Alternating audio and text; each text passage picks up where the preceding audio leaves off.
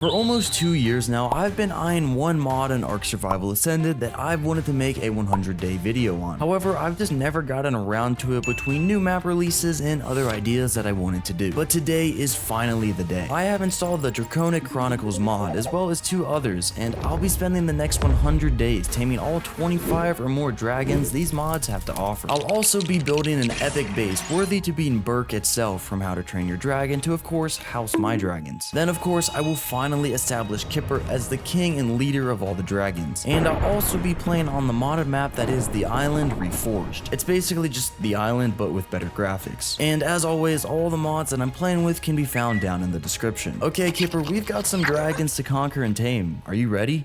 Alright, name myself Draconic Chronicles. Fit in with the dragon vibe.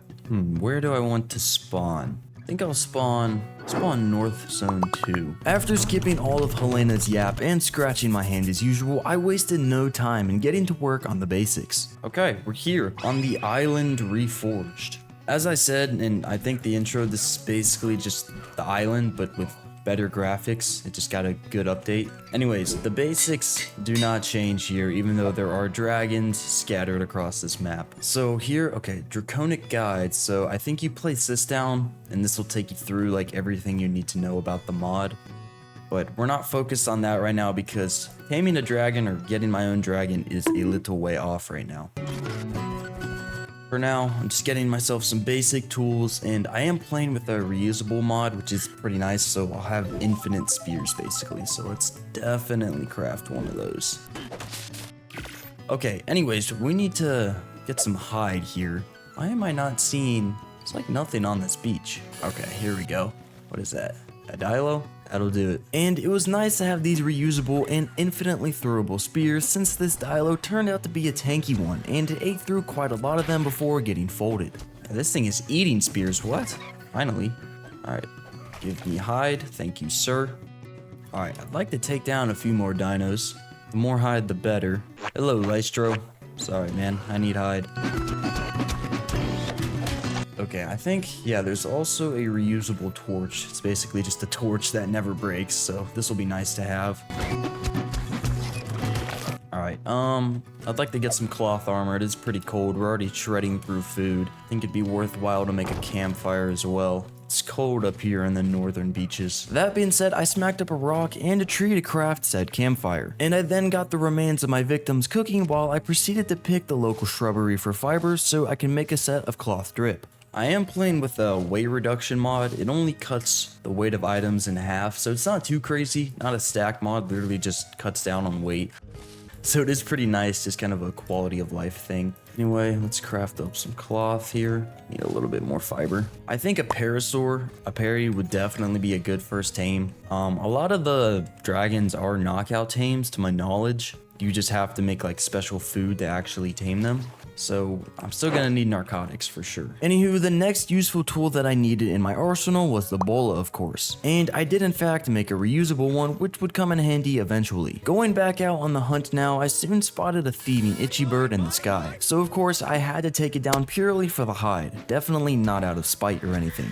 Wow, okay, that gave a lot of hide and levels. Whoa, that's awesome.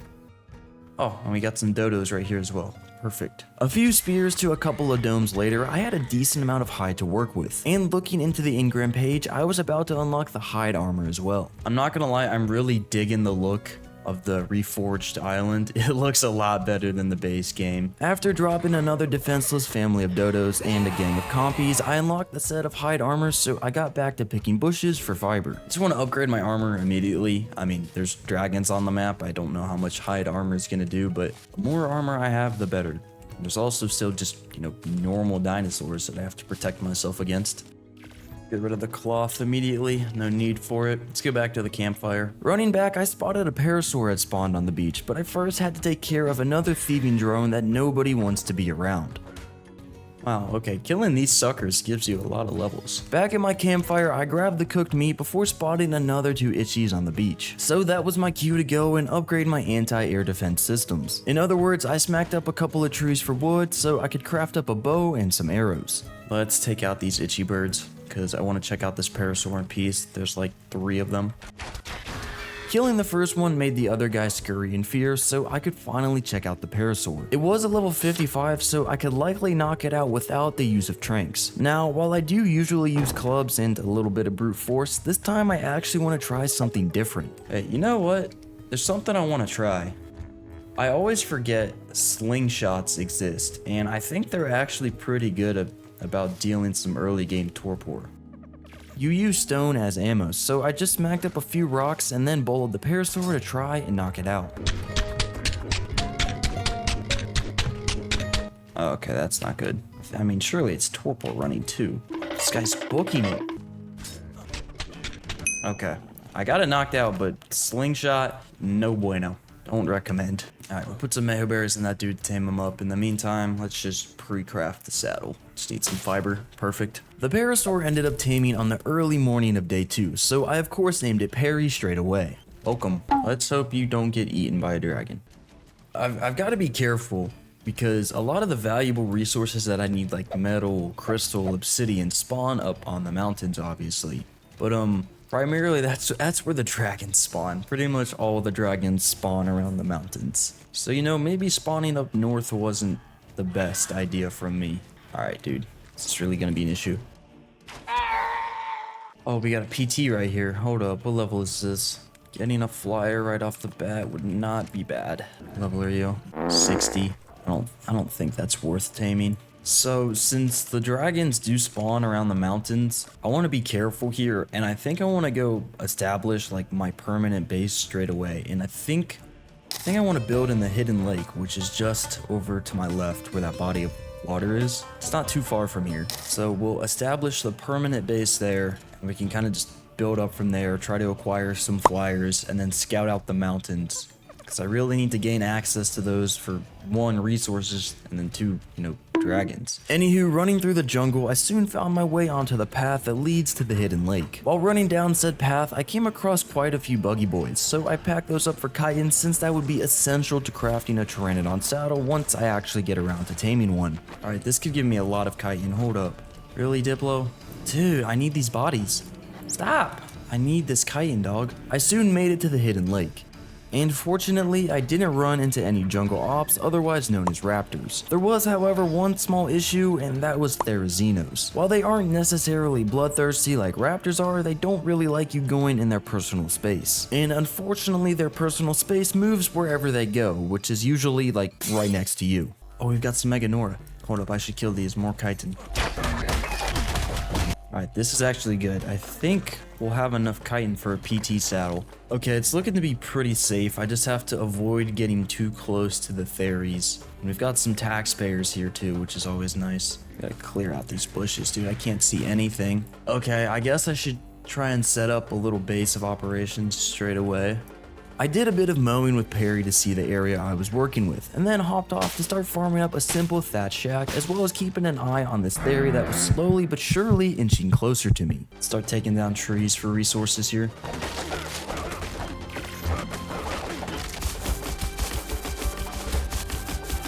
Alright, I'm going for like this, I think it's called like a lean-to. I don't know. I'm going for like this triangle base type design. Alright, I need to get some water, and this area's like spiking my cortisol. Oh dude, it came around this way. This could be good. I think I can just circle back around now. No, there's 2. Oh, wow. This is so very suboptimal. Anyways, when I made it back to my shack, I finished the roof off before another theory wandered into my personal space and spiked my cortisol levels again. Dude, I haven't even got to the dragons yet, and I'm already just terrified trying to build my base just from normal Arc Dinos. Yeah, just walk on my base, dude. Dude, why did this guy just go red? He's on my base. Like, what do I do in this situation? I jumped back down into the water to continue farming resources down there. Wait, can't I put like a torch on Perry's saddle? Yeah, give me some light, bro. What? An ancient draconic ancestors entered in the realm? What? What does that even mean? I'm just trying to build a base so I can get some metal tools and, I don't know, have a safe space. Even that's becoming... There's another theory! Why? There's like 5 theories in the hidden lake alone. This is insane. On day 3, I waddled back up the base to continue building, and I placed a bunch of pillars down to add some structural integrity to the base since it would need a lot of that considering all the wild dinos in the area decided to walk over it. Dude, all the dinosaurs are just walking over my base. He's just on my base. No. No! Perry, I'm sorry, I tried. The water's saving me. Dude, they were hitting for so hard. The water was only safe for the first 5 seconds until all the piranhas noticed me. Anywho, Perry was one good theory slap away from death. So I gotta get back up to base and block off any paths that lead up there now that both theories are down here by the water. I need spikes. Oh, spikes are so expensive. I have no idea how Perry and I just survived that. Okay, let me take these spikes. Need to block the ramp up here. Okay, I think this is the tightest the choke point gets. Oh, dude, they're literally both right here. I think that got it. Hold up. Okay, I think I blocked the ramp up here. There's literally 2 theories right there. All right, I got to do it on the other side now. Dude, I can't wait. Like, once I get a dragon, I'm coming back and, like, meat running these theories. I'm just killing all of them. They're being such a nuisance. No, the theory's messing up my spikes. Dude, he's past the spikes. They broke them already. Are we serious? Yeah, these tickle chickens weren't really fans of me trying to pull up and make a home here. Oh, I'm just trying to build a thatch shack right now. Why am I getting bullied? Is making gates an option? I can't afford these. That's the thing. Yeah, the theories are already back up here. Like, I'm not abandoning this camp. This is where I want to build. Yep, there's literally both of them are back up here. I swear they're just gravitating towards me. Since gates weren't an option in my current economical standing, I only had one other option to block off this little hill that I was built on. And that was using fence foundations and thatch walls, which shouldn't upset the theories since they don't get impaled on those. I think that's my move, I guess. I don't know what else to do. I just start building those, I guess. Like, this was the last thing I thought would ever happen. What's taking damage over here? It's like a Mega Nora. Bro, really? Whoa! I swear they're just gravitating towards me. They have to be. No. Oh, yeah, just wipe out the rest of my spikes, dog. The situation looked very rough already, but I would be lying if I said the entirety of Ark wasn't about to turn against me in a series of unfortunate events that were about to unfold. Why aren't the spikes damaging it? No, passive! Don't fight it! You idiot, Perry. You idiot! It's a 145. It is a 145. Perry got folded immediately, and I ran as fast as I could to hide in my humble thatch shack. But it was too late, as the theory was out for blood. No! Jumping into the water, I got bit by a piranha immediately, but I couldn't swim back to shore because the theory was still circling me, forcing me to dive back in. Yoink! What? What is this, man? Genuinely, what am I playing right now? Ark Nightmare Simulator, I guess. Like, there's another one right there. Like, this is absurd. It's right there. It's gonna destroy my... Is it not aggroed on my base? I had no idea what the theory was after, but seeing it still running around frantically made me hunker down in this little crevice. And I crafted a sleeping bag to place down, as dying was a very likely outcome here. This is insane. Like, I've never had an issue like this before. Is he coming down here for me? The theory's right there, dude. This might be my time to shoot the gap and rebuild the wall. I think I've got that side closed off. Let's repair my base. There's a why? No, they are gravitated towards me. I swear. They're supposed to just walk around randomly. What is this? What is that? Like, where does he come from? Why is he aggroed to me? I farmed up a few more fence foundations for the other side as well, but that theory was still just waiting for me up in my crib. Why are we camping my base? This is supposed to be a dragon video, dude, not theory nightmare. On day 4, I was ready to go and block off the second path up to my base, so I located the angry theory and ran out to start construction of the wall. Okay, I think I have it walled off. I don't see the cracked out theory anymore. He's right there. Did he destroy a bunch of my foundations? What? All right, man, I'm just gonna continue to build my base. I'm gonna try and put that in the past like that didn't happen. Or that's what I tried to do at least, until I spotted yet another chicken had somehow found its way back up to me again. What? Where did you come from? Where? I don't think there's a breach in the wall anywhere. Can they just get over? My guy, did you walk up the rock? It could've. I don't understand it. I don't understand why these theories are cracked out of their mind. The art gods are trying everything in their power to like have me not build right here, but I'm bound and determined, man. I started replacing the broken foundations with wood ones, as originally that's what I planned to do regardless. And I also slapped a mortar and pestle down to start cooking up narcotics while I farmed. Finally, a blessing came down from the sky in the form of a purple drop, and it actually had some decent loot inside considering my current situation. I got a few stone structures, some sap, and obsidian, so overall, not a terrible drop. Alright, I've put together maybe like half of this base.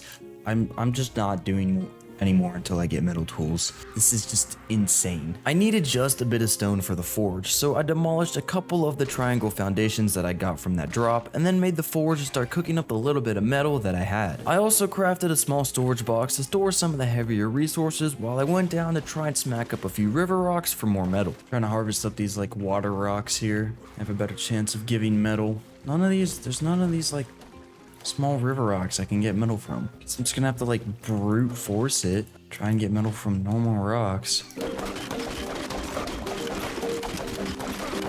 Maybe that blue drop can have something for me. I'm really just grasping at straws here. Please, just have me like, I don't know, something I can demolish for metal. Unfortunately, the only things I found inside that blue drop were a few stone taps, a pair of fur gauntlets, and some stimulants. I mean, the fur's nice, but like not what I needed at all. As I was returning to base, I had to pick up one of the walls so I could pass through, but while doing so, I somehow managed to get the attention of yet another chicken. And this time, I wasn't lucky enough to get away in time. We can't be serious. How did I aggro that?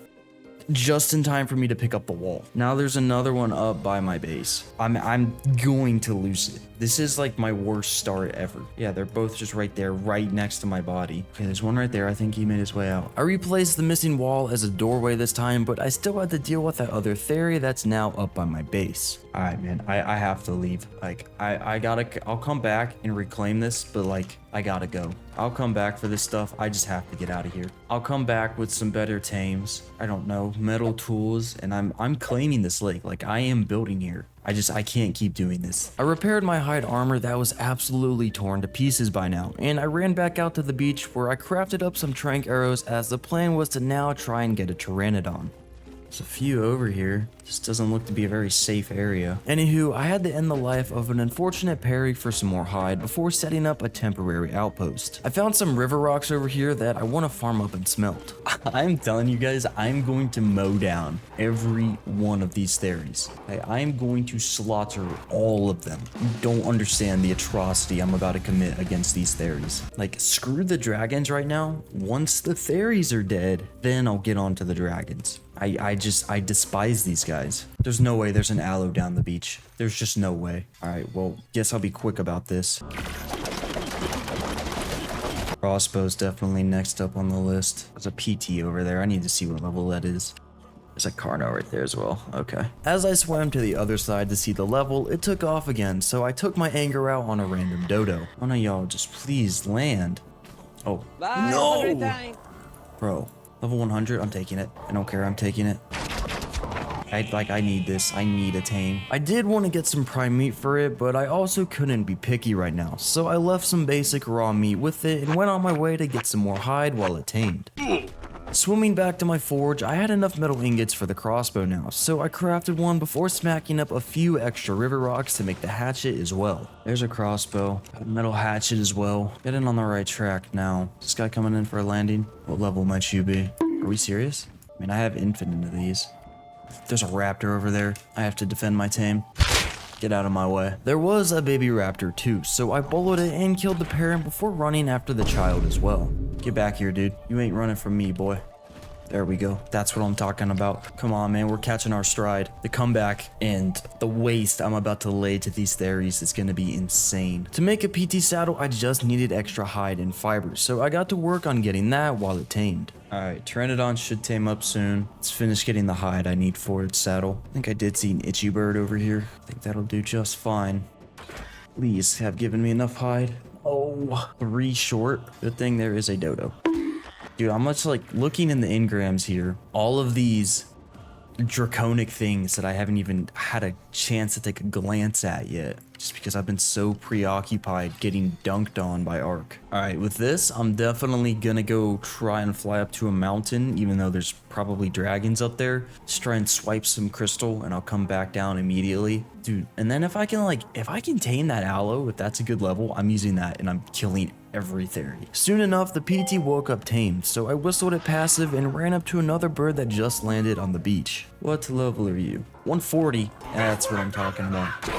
These stats look much better. 29 into oxygen is unfortunate though. Okay, we have flight. Let's go try and swipe some crystal from this mountain up here. I gotta be careful. I only have 360 stamina and not a ton of weight, that's for sure. Pretty soon, I actually spotted the first dragonfly by, so I immediately steered clear of that and continued to the top of the mountain to get my crystal. I also grabbed a little bit of metal while up here and crafted the awesome spyglass, so I could take a look at whatever dragon I just saw. What dragon is this over here? See it right there. A Drakyros. Okay, so this is the one from Cyrus's mod, the only dragon. They're not knockout tames. I don't know how you tame them. Anyway, let's go have a look at maybe this aloe over here on the beach. I could probably tame that. Oh, it's right here next to my stuff. It's a level 60, so no, it's not that great. It's kind of at my camp, which is kind of unfortunate. Rexes also spawn in this area, but I was nowhere near high enough level to get a saddle for one. Anywho, I stopped by a blue drop that actually gave me some decent chitin leggings before flying back to the hidden lake to see actually how many fairies I'm gonna have to deal with. Here is my lake. Still heavily infested by fairies, literally 2 of them by my base. When I flew back to my temporary little outpost, I noticed there was actually multiple aloes and they had a child as well. 55, no, they're just not good. Yeah, they're both about to die to these stegos. Alright, this PT's tamed, which is nice. This one's definitely better. No, not by much, surprisingly. That kind of sucks. Whatever, I'll still use it. I flew out to Carno Island next to see if I could find anything worth taming there. And there also was a yellow drop, so of course I just gotta see what's inside. There's nothing really in that yellow drop. 145 Rex. It's not very good. I mean, it would mop through those theories, I just can't ride it. But on day 6, I spotted a level 150 Ceratosaurus, a creature that I haven't really used before, but one that was definitely a good contender in making sure the theories wouldn't remain a problem for too long. How do you tame them? Unfortunately, after looking up the actual taming method, I realized I was not even close to actually being able to tame one, since you first need to actually kill a bunch of them and then craft some sort of cocktail which you use to feed a tanky dino of yours. Then you let the wild Cerato attack it, and that's pretty much how you tame them. Okay, Ceratos are out of the question. I just looked up how to tame them, and you have to have strong tames to actually tame them. 150 Carno. Okay, this could very well be the move. It's near the coast. I have an idea. What if I make a raft, put a trap on the raft, and then lead the Carno into it? Is that doing too much? It's just, this is Carno Island. I wanted to try regardless, and this yellow drop that I said really doesn't have any interest to me actually had a couple of pieces of mutton inside, so I grabbed that before flying back to my beach. What? Hold up, I have to help this stego win. As I had expected, the aloes died to this family of stegos, so I grabbed the free hide and made it sickle to make farming fiber a breeze. Alright, Carnos really don't take that many tranks to knock out, which is good. What the? A terror bird? You are not supposed to spawn here, I swear. And it was a level 150 as well, so I couldn't even kill it in time for the bola to expire, meaning I had to chase it down with my PT. Back to making the raft though, I just needed wood now, so I smacked up a few palm trees before crafting it and placing it down on the water. Alright, now we gotta make a little aiming trap thing on this raft. This will probably be a pretty chunky montage.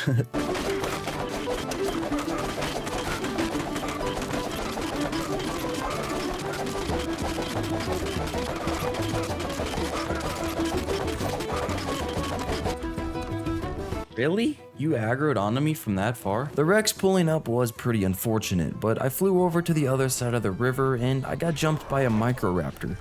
So I had no choice but to move the raft farther out into the water and continue building my trap there in peace. Okay, Taming trap is fully constructed. Let's go tame this Carno. Wait, I need more narcotics, dude. Wow. This is very tedious, dude. All of this just to get back at the theories. And having to handpick the bushes for narco berries only grew the resentment I had against them since they killed my beloved Perry. What? Oh, I forgot about my other PT. Unfortunate. The manual berry picking continued into day 7, and when I was done with that, I flew back to the raft to craft narcotics and turn them into tranks. Alright, got enough tranks. Let's head over and try and get this Carno. And then I'm going full Doomslayer mode on all these theories. Okay, there's the 150. I brought the raft close to shore and then I politely introduced myself to the Carno by giving him a little nudge. Of course, it followed me right into the trap because it doesn't know any better than to follow strangers. Can I move the raft or is it just gonna fall out? Oh, does it stay in? Oh, I'm just gonna take it out to sea then, so I can tame it comfortably. And the raptor just fell off? Wow, doesn't get better than this. Getting the prime meat to tame the Carno was as simple as finding a couple of RGs and engaging them both in a classic dogfight, which I of course won because the Pteranodon is just the superior aircraft here. However, there were a couple of RGs that saw me trespassing in their airspace, and they followed me back to my ship. Oh, don't tell me it hit the Carno. Yeah, dude, the RGs hit it, you idiots. Whatever, man. Anywho, while waiting for it to tame, I flew back to my little outpost to see the requirements for crafting a Carno saddle. Really? I need more metal. With the forge cooking again, I could fly back to my Carno, which actually ended up taming just as I arrived. But unfortunately, the stats were not looking too good. 37 in health, 45 points in weight, and 21 in the melee.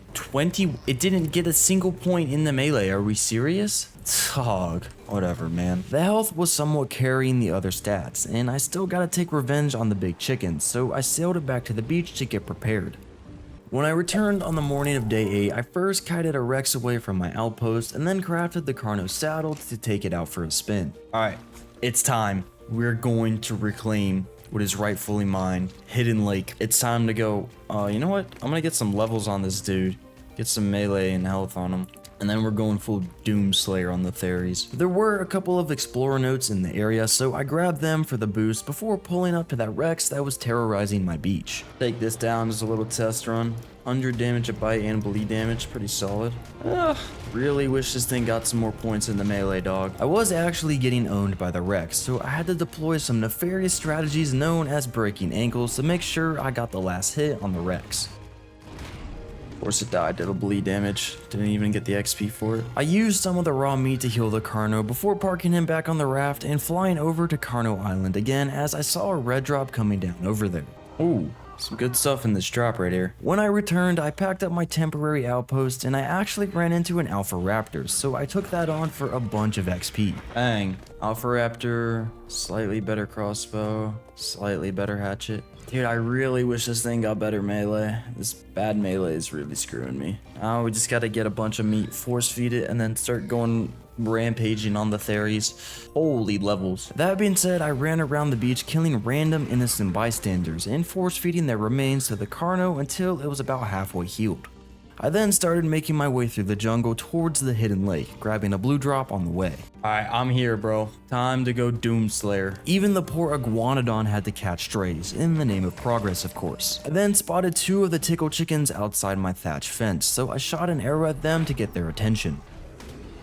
This thing is just destroying me. Dude, they're still rocking me. Okay, well surely that's the strongest one dead. I killed a Gallimimus that got itself stuck for some raw meat before opening a purple drop, and inside I found a nice pair of Mastercraft chitin leggings. Anywho, the next theory that I had to get rid of was also a pretty high level, but I got a bunch of free hits in straight off the bat, so I killed it without sustaining too much damage in return. Yeah, we're slowly wiping through all of these theories. And the occasional Parasaur or Diplo too, apparently. Okay, I think I've wiped through the theories that are here. Can't seem to see any more. Oh, there's a dragon right there. What is that? Rejuvenating dragon, level 80. Oh, what? Did not think they would spawn here. Whatever, man, I'm still setting up here. After all I've been through just to secure a little spot that I could call home, I really didn't feel like giving up building here just because a dragon spawned somewhat nearby. So I got back to work on repairing my humble shack first by crafting a few wooden foundations to fill in the floor. Alright, we're gonna finally build this base to how I want it to look.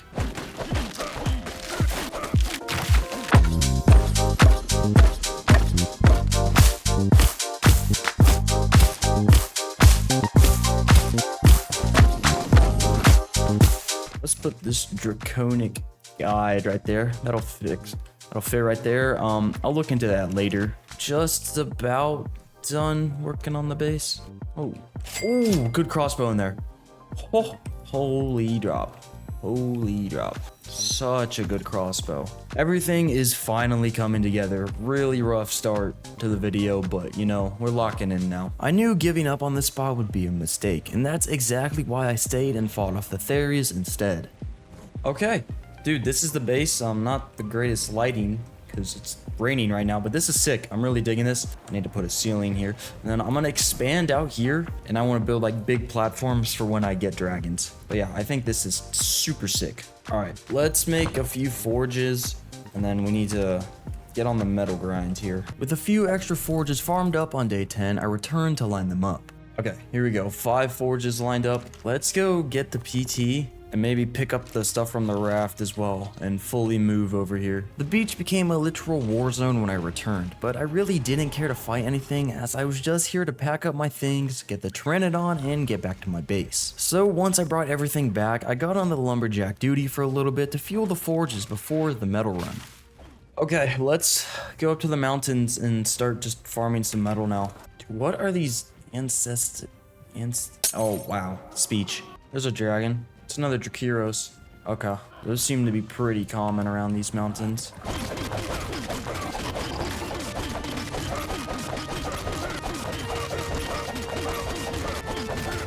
I couldn't carry a whole lot of metal with a Pteranodon, so I basically had to fly back home after the first node to split the metal between the forges and start cooking. Alright, let's just do a few runs like this. Who's this? Oh, 140. Oh, and this mine's a male. No way. Perfect. One trank to the dome from this powerful crossbow was all it took to send the Pteranodon to sleep, so I got back to work on getting more metal while it lost hunger. Then when I returned, I grabbed another blue drop, and inside I found a pretty solid Anki saddle. Alright, we'll have a little bit of metal cooked up, which is good. Definitely need the tame in RG and Anki as well. Can I make a wall torch? I don't have paste. Alright, need to get some prime to tame this. Oh, this dragon right there. Tameable KO.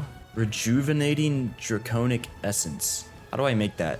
Pretty sure I need a cauldron. If I can knock out that dragon and tame it. Whoa! Draconic Shrine. 800. Dude, why is this stuff so expensive? I really want to knock that out though and tame that. Oh, but the taming food was so much worse. Dude, why are they so expensive? I'm not taming a dragon for a minute, I guess. Anyways, I flew down to the beach where I soon spotted a lonely Pteranodon baby. So I shoved the stone arrow right up its cranium only to realize that it was a level 145. Where's the parent? I already had a good one knocked out though, so it didn't matter all that much. So instead, I flew back home to feed said good one. 13 points in the stamina. That is awful. Okay, well, it's tamed. 27, 41 in the melee, 39 into health, 41 in the weight.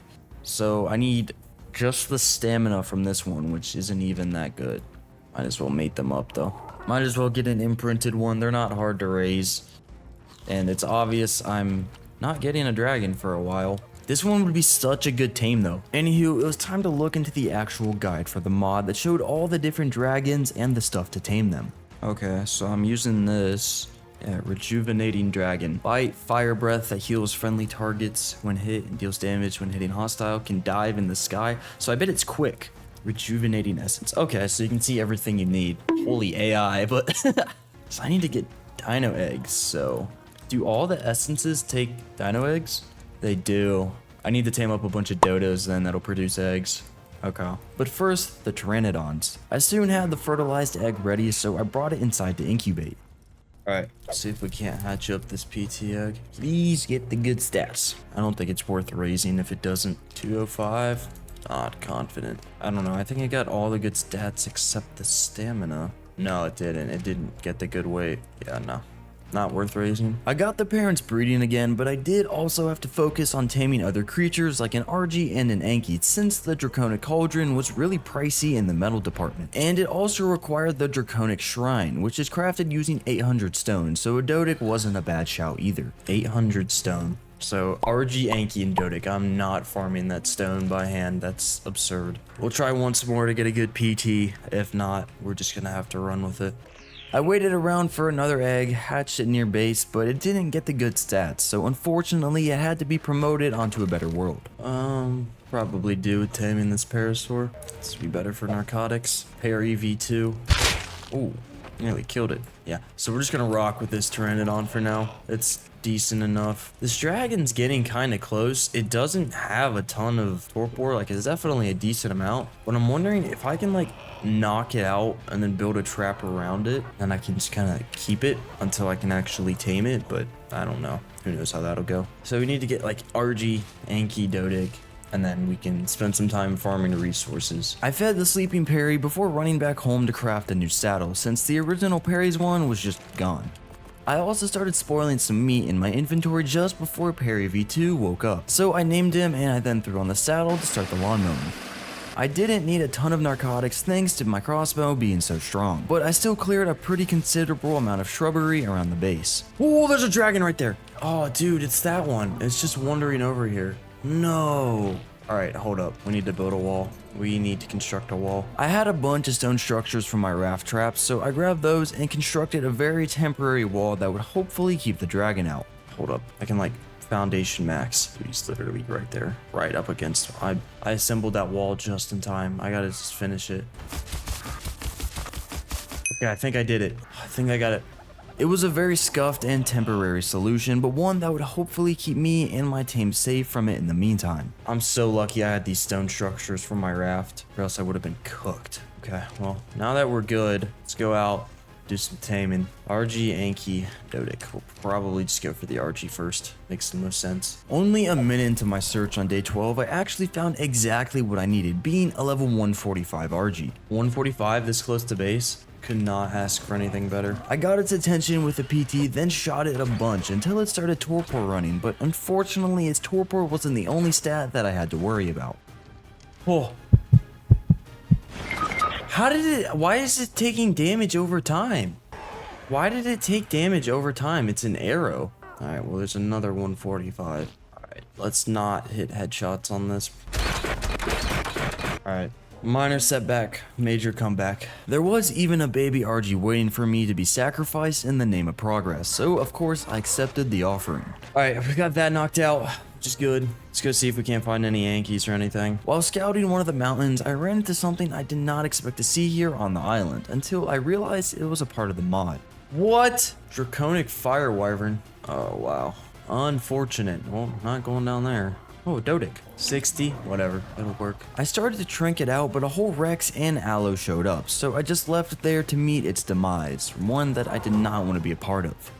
Okay, that Dodic's screwed. Yeah, I'm not going to be able to tame that. Shortly after that, I spotted a level 100 Anki, so I quickly slapped a nearby scorpion that would surely try to harass it. And I then flew back to base to make an RG saddle, so once my bird tamed up, I could fly by and snag the Anki. RG tamed, let's go get it and pick up that Anki and maybe Dodic. Maybe I can get them both back to base and tame them in the safety of my compound. The RG was pretty solid too, as it had 40 points into weight, so after saddling it, I picked up the Anki and carried it back home to knock it out real quick. I then fed it some mayo berries before hopping back on the RG and flying out to that Dodic that I abandoned. Seeing that Aloe where that Dodic was, oh yeah, they're definitely eating it right now. No! Just in time, I swooped back in to save the little guy, and I would now bring him back home and tame him so he could live and work for me another day. I tried to knock it out on the morning of day 13, but it soon balled up from being so low on health, and my trinks were no longer dealing any significant amount of torpor, so I just had to leave it be and go find another one. There's another Dodic. 90, I'll take it. Oh, he's going for it. I'll save you, Dodic, don't worry. This thing has awful health. 9 points into health. The other Dodic woke up from its ball again, so I picked it up and dropped it in the lake for now. I also grabbed a blue drop that had a bunch of wooden structures inside, including behemoth gates. Alright, Dodic, knocked out as well. Anki should tame up relatively soon here. Definitely doing a fat metal run on that. In the meantime, I think I'll level up my RG. Snatch up this tax. Keep the wood. I'm sure the beavers absolutely love me as their neighbor, and I hope they'll get used to their taxes getting collected a bit more frequently. Anyways, flying down to the beach, I spotted another alpha raptor, so I immediately headed out to grab a couple of explorer notes before flying back to deal with it for a ton of experience. Very solid stats now, and some nice tools. Ooh, 5 levels on the character too. Don't mind if I do. Anki's tamed. Bang. Perfect. That dragon's still just chilling next to my wall. Anyways, I crafted up a few storage boxes, and I also wanted to light up the base a bit, so I crafted a couple of wall torches to place on either side of the pillars. Bang. Honestly, it's not the worst Anki for only being tamed at level 100. It could be a lot worse. Ooh, better hide shirt. Oh, it's a blueprint. Oh, citronal seeds. That's actually nice. Let's go set up this preserving bin real quick. Oh, red drop coming down in the lake. Fire. I farmed up a campfire to place beside the preserving bin in the meantime, and I crafted myself a few pieces of flak armor. There we go. A little bit more protected. Let's go see what this red drop has for me. That's pretty solid.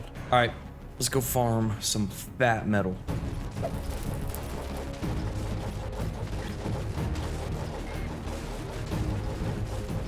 Dude, the weight reduction mod that I'm playing with is making metal farming insanity. Whoa, what is that? Alpha Drakyros? What? I didn't know alpha variants could spawn. Alright, dude, this is definitely plenty metal. Yeah. On that note, I flew back to base to get it all sorted into the forges. Holy metal. Dude, I can put like 3,000 metal per forge. There we go. Definitely gonna need a lot more wood for these things. Any more taxpayers I can rob? I mean, what do you mean collect my tax from? There's one, but like, where's your dam? I looked into the lake to see, but there weren't any dams down there either, so it looked like I had to gather wood the old-fashioned way. Alright, we're finally getting to the spot where we can start focusing on, you know, dragons, the whole point of this video. I smacked up a bunch of rocks with the Dodic before crafting the Draconic Shrine. Whoa, oh, this thing is massive. Alright, I guess I'm just placing it out here. Unpowered, requires electricity. No way. Anyway, and I need this cauldron to make draconic essence, which is how you tame them. Draconic obsidian forge? Oh. Okay, so these are like structures, but, you know, dragonized, if that's a thing. So I need to make this cauldron. Isn't too expensive, I need electricity to run this, so I gotta make a fabricator and a generator. Already kind of running out of space in the base. Did not expect this, I'm not gonna lie to you. Maybe it's time we throw up a little expansion on the base. Alright, let's get to that. I stocked up on fiber, wood, and thatch before crafting up a bunch of ceilings and pillars so I could build the sort of balcony expansion that I plan on building on the backside of my base, overlooking the hidden lake.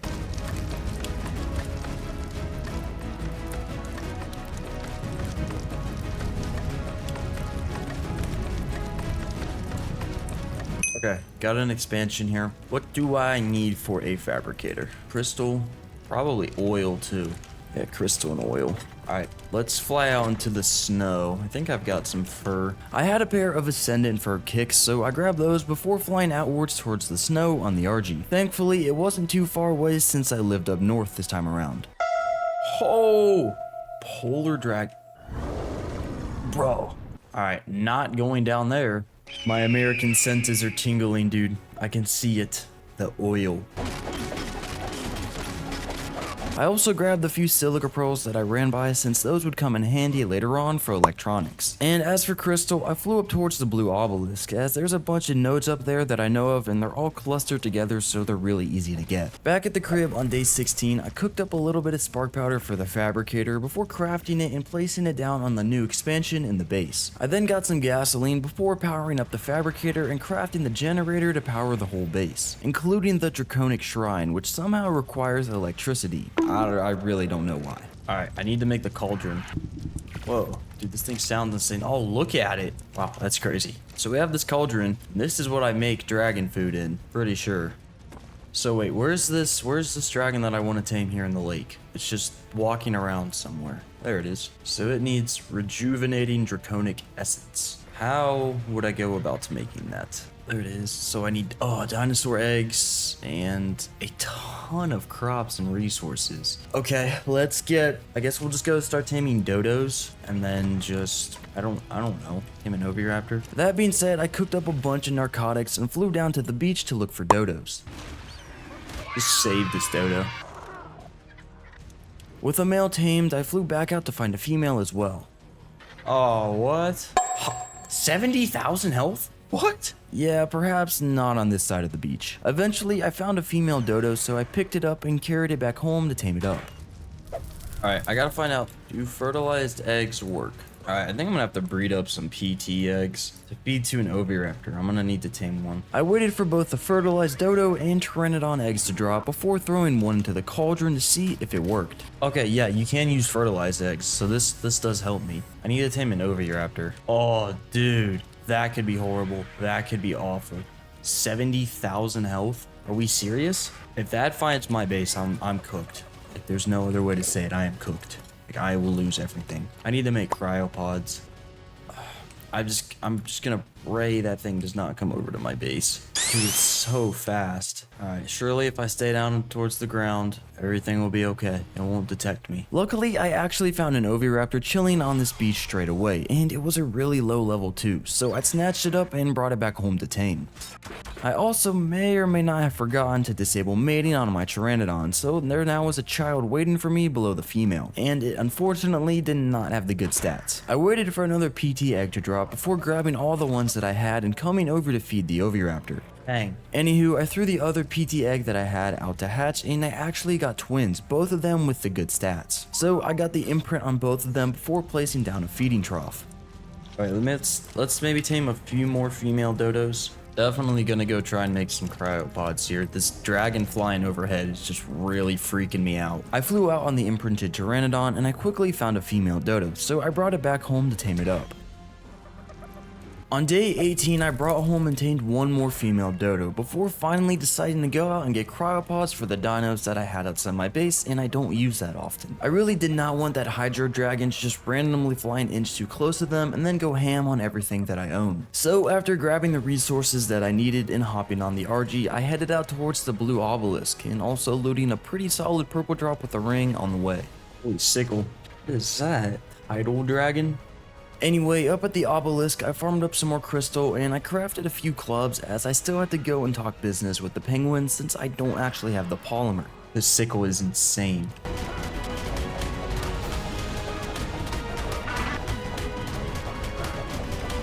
With the polymer shortage problem sorted out, I flew back up to the obelisk and I crafted a total of 20 cryopods before returning back home. Oh! Nearly just flew into that dude. Back at the crib, I cryoed the pteranodons and the carno before looking at the draconic food recipes again. Alright, so now I need to get crops. So of course, I first had to farm up a bunch of crop plots, meaning the Dodic had a little bit of overtime to do for me. I then grabbed a ton of fiber and headed out to farm the wood and thatch.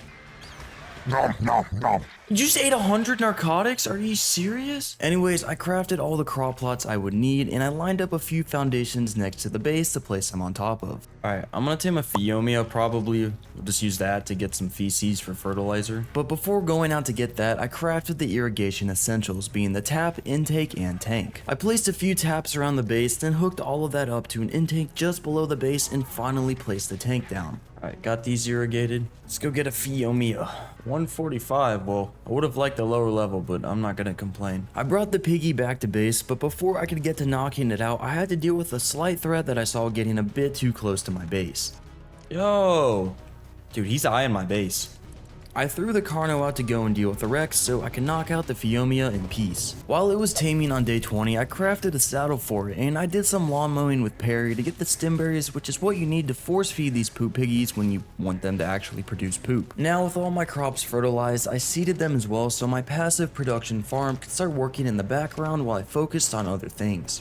Alright, we've got crops growing. And the art god, seeing all my hard labor, decided to bless me again with a blue drop right below the crib. And inside I found an even better ascendant crossbow than the one that I already had. Ooh, nice. Is that a Theory? In my land? Nah, I'm not letting it slide. Oh, that dragon's right there, never mind. I guess the Theory can live. Speaking of the dragon, I looked at the other requirements for the rejuvenating essence, and I still needed to get a ton of fiber, wood, and thatch to actually make one. So of course I headed out to get all of that. Alright, let's pull for one rejuvenating essence. Missing citronal, bro. I should get some greenhouse structures. This will just boost my crop production. I'm just gonna need a bunch of crystal. That being said, I grabbed my Anki and flew out to one of the mountains on my RG to farm up said crystal. Bro, Elder Wyvern 146? Dude, that thing is terrifying. That guy's getting way too close. Dude, what are the Elder Wyverns? Not exactly sure what their purpose was, except to scare me away since the awesome Spyglass showed that they weren't even tameable. When I returned home, I crafted up all the greenhouse structures that I needed and placed them down around the crop plots to actually speed up their production. Alright, they're buffed up now, so this should be better. Might be worth making a fridge for these crops as well. Okay, so I'm just waiting for the citronal to be able to make the draconic essence, but I think in the meantime, I might just go try and knock out the rejuvenating dragon, see how it goes. See if it wakes up super quickly or really anything I need to know. I've got my good Tyrannodon here, so I should be pretty quick, be able to escape if I need to. So there is that one that was in the, I almost said loot lake, the hidden lake there. But there's a 130 that I spotted out here earlier. It's just, where has it gone? Oh, that's it right there. Bang. It had a decent amount of torpor, but before I could finally get to properly tranking it out, I wanted to test out a few things. First of all, I wanted to see if it would fly after me, so I shot it once. Oh, it's definitely trying to fly. Oh, it might be stuck. Secondly, I wanted to see how quickly their torpor actually drained, so I shot one more arrow into it and waited until the effect stopped. Oh, very fast. When I returned, I split a bunch of raw meat into my inventory to spoil and hopped on Perry to do the annual lawn mowing. While looking into my forges, I saw they had a ton of metal to smelt through, but not too much wood left to actually burn. So I hopped on the RG to go and stock up on that as well.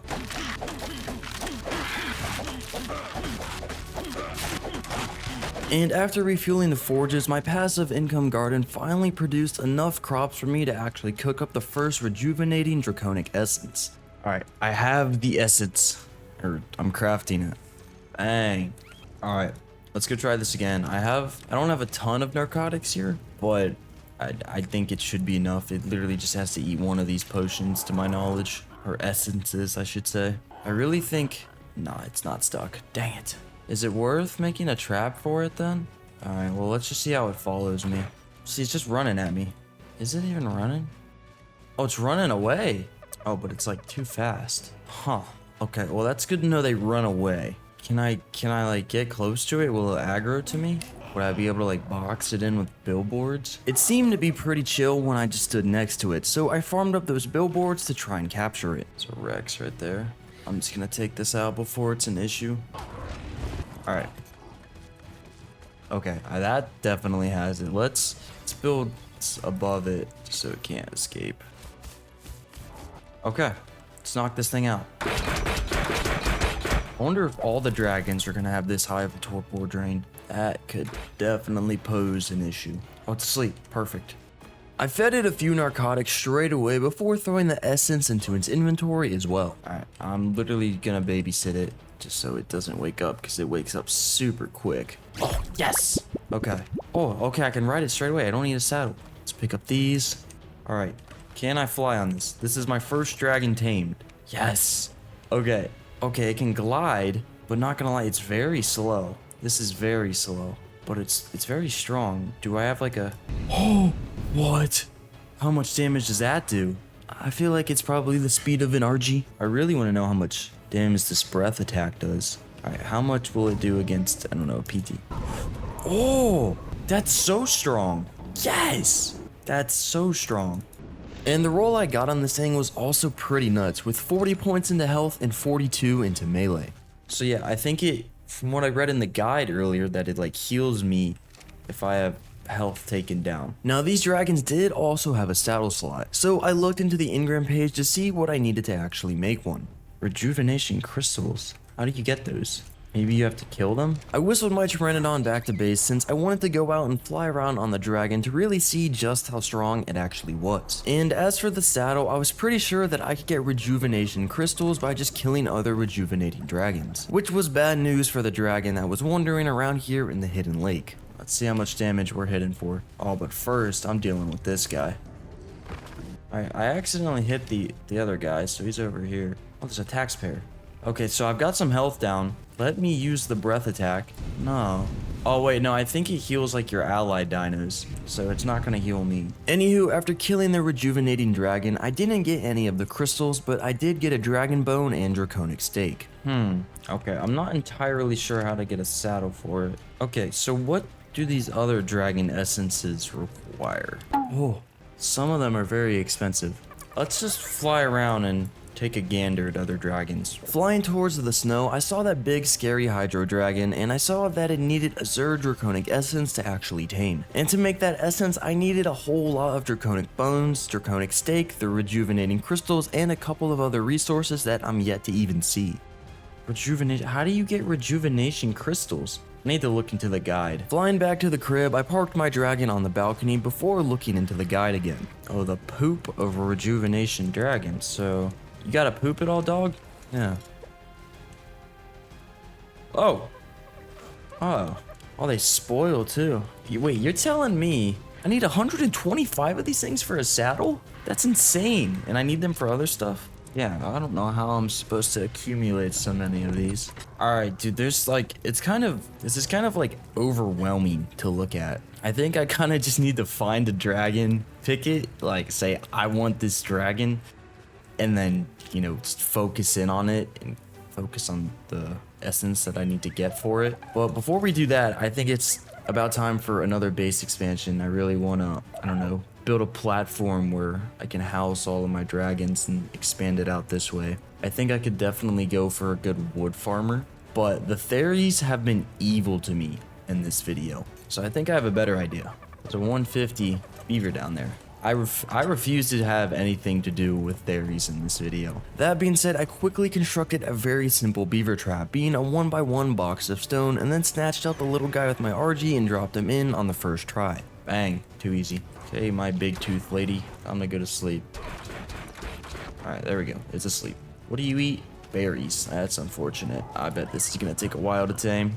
I think they also, yeah, they have high torpor drain. That is unfortunate as well. Whatever though, nothing Perry V2 can't solve. This thing's gonna take ages to tame. I definitely had to do a decent amount of babysitting with the beaver as well. So I crafted a saddle for it in the meantime and started doing some basic farming around base in preparation for the expansion, such as gathering thatch with my pickaxe, robbing a beaver dam of all of its resources, and then whacking a few bushes for fiber. Alright, I'll start on a few expansions here, but I'm really waiting for my beaver to wake up tame to do the big things.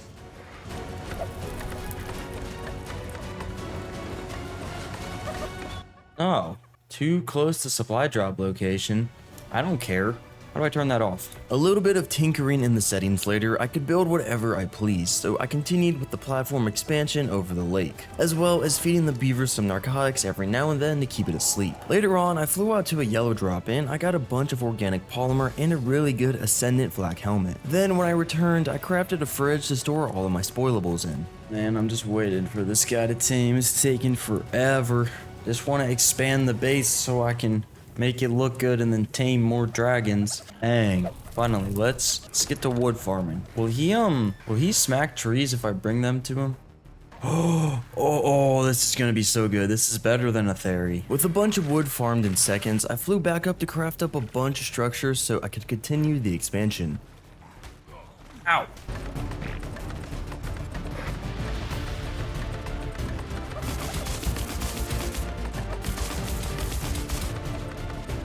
Alright, I think this is looking pretty solid. We're just kind of making platforms that extend to one another, and like each one, like little section, will just house a dragon. I of course didn't forget to add the railings either, as those are just a necessity with platforms like this. Okay, bet. This is looking pretty good. I'm liking this. This is looking solid. And we'll just expand onto it over time. But let me put dragon. Boom. Anywho, as another little base upgrade, I also crafted an industrial grill since the campfire was no longer viable. Alright, I want to go out and look for another dragon now. Shadow Wyvern? Thing's massive. I also just now figured out that I could pull out my crossbow on the back of my own dragon, so that's a very useful feature. Draconic Essence, Draconic Ice Wyvern. So that's just like a normal wyvern, isn't it? Oh, those are cheap. Those are cheap. Whoa, what's that? Flame Forge level 10? Draconic Shadow Essence? Moat of Shadow? Holy. Okay, that dragon must be crazy, because this is crazy expensive. Polar Dragon? I kind of want that thing, that looks sick.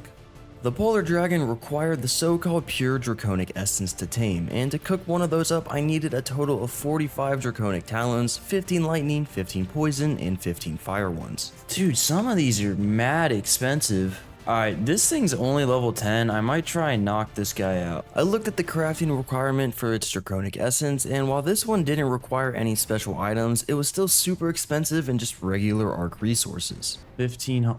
Why are they so expensive? Dude, are we seeing that? Like, I don't even think it's worth to make an indie forge cause I have a beaver. It's just worth to make a bunch more forges.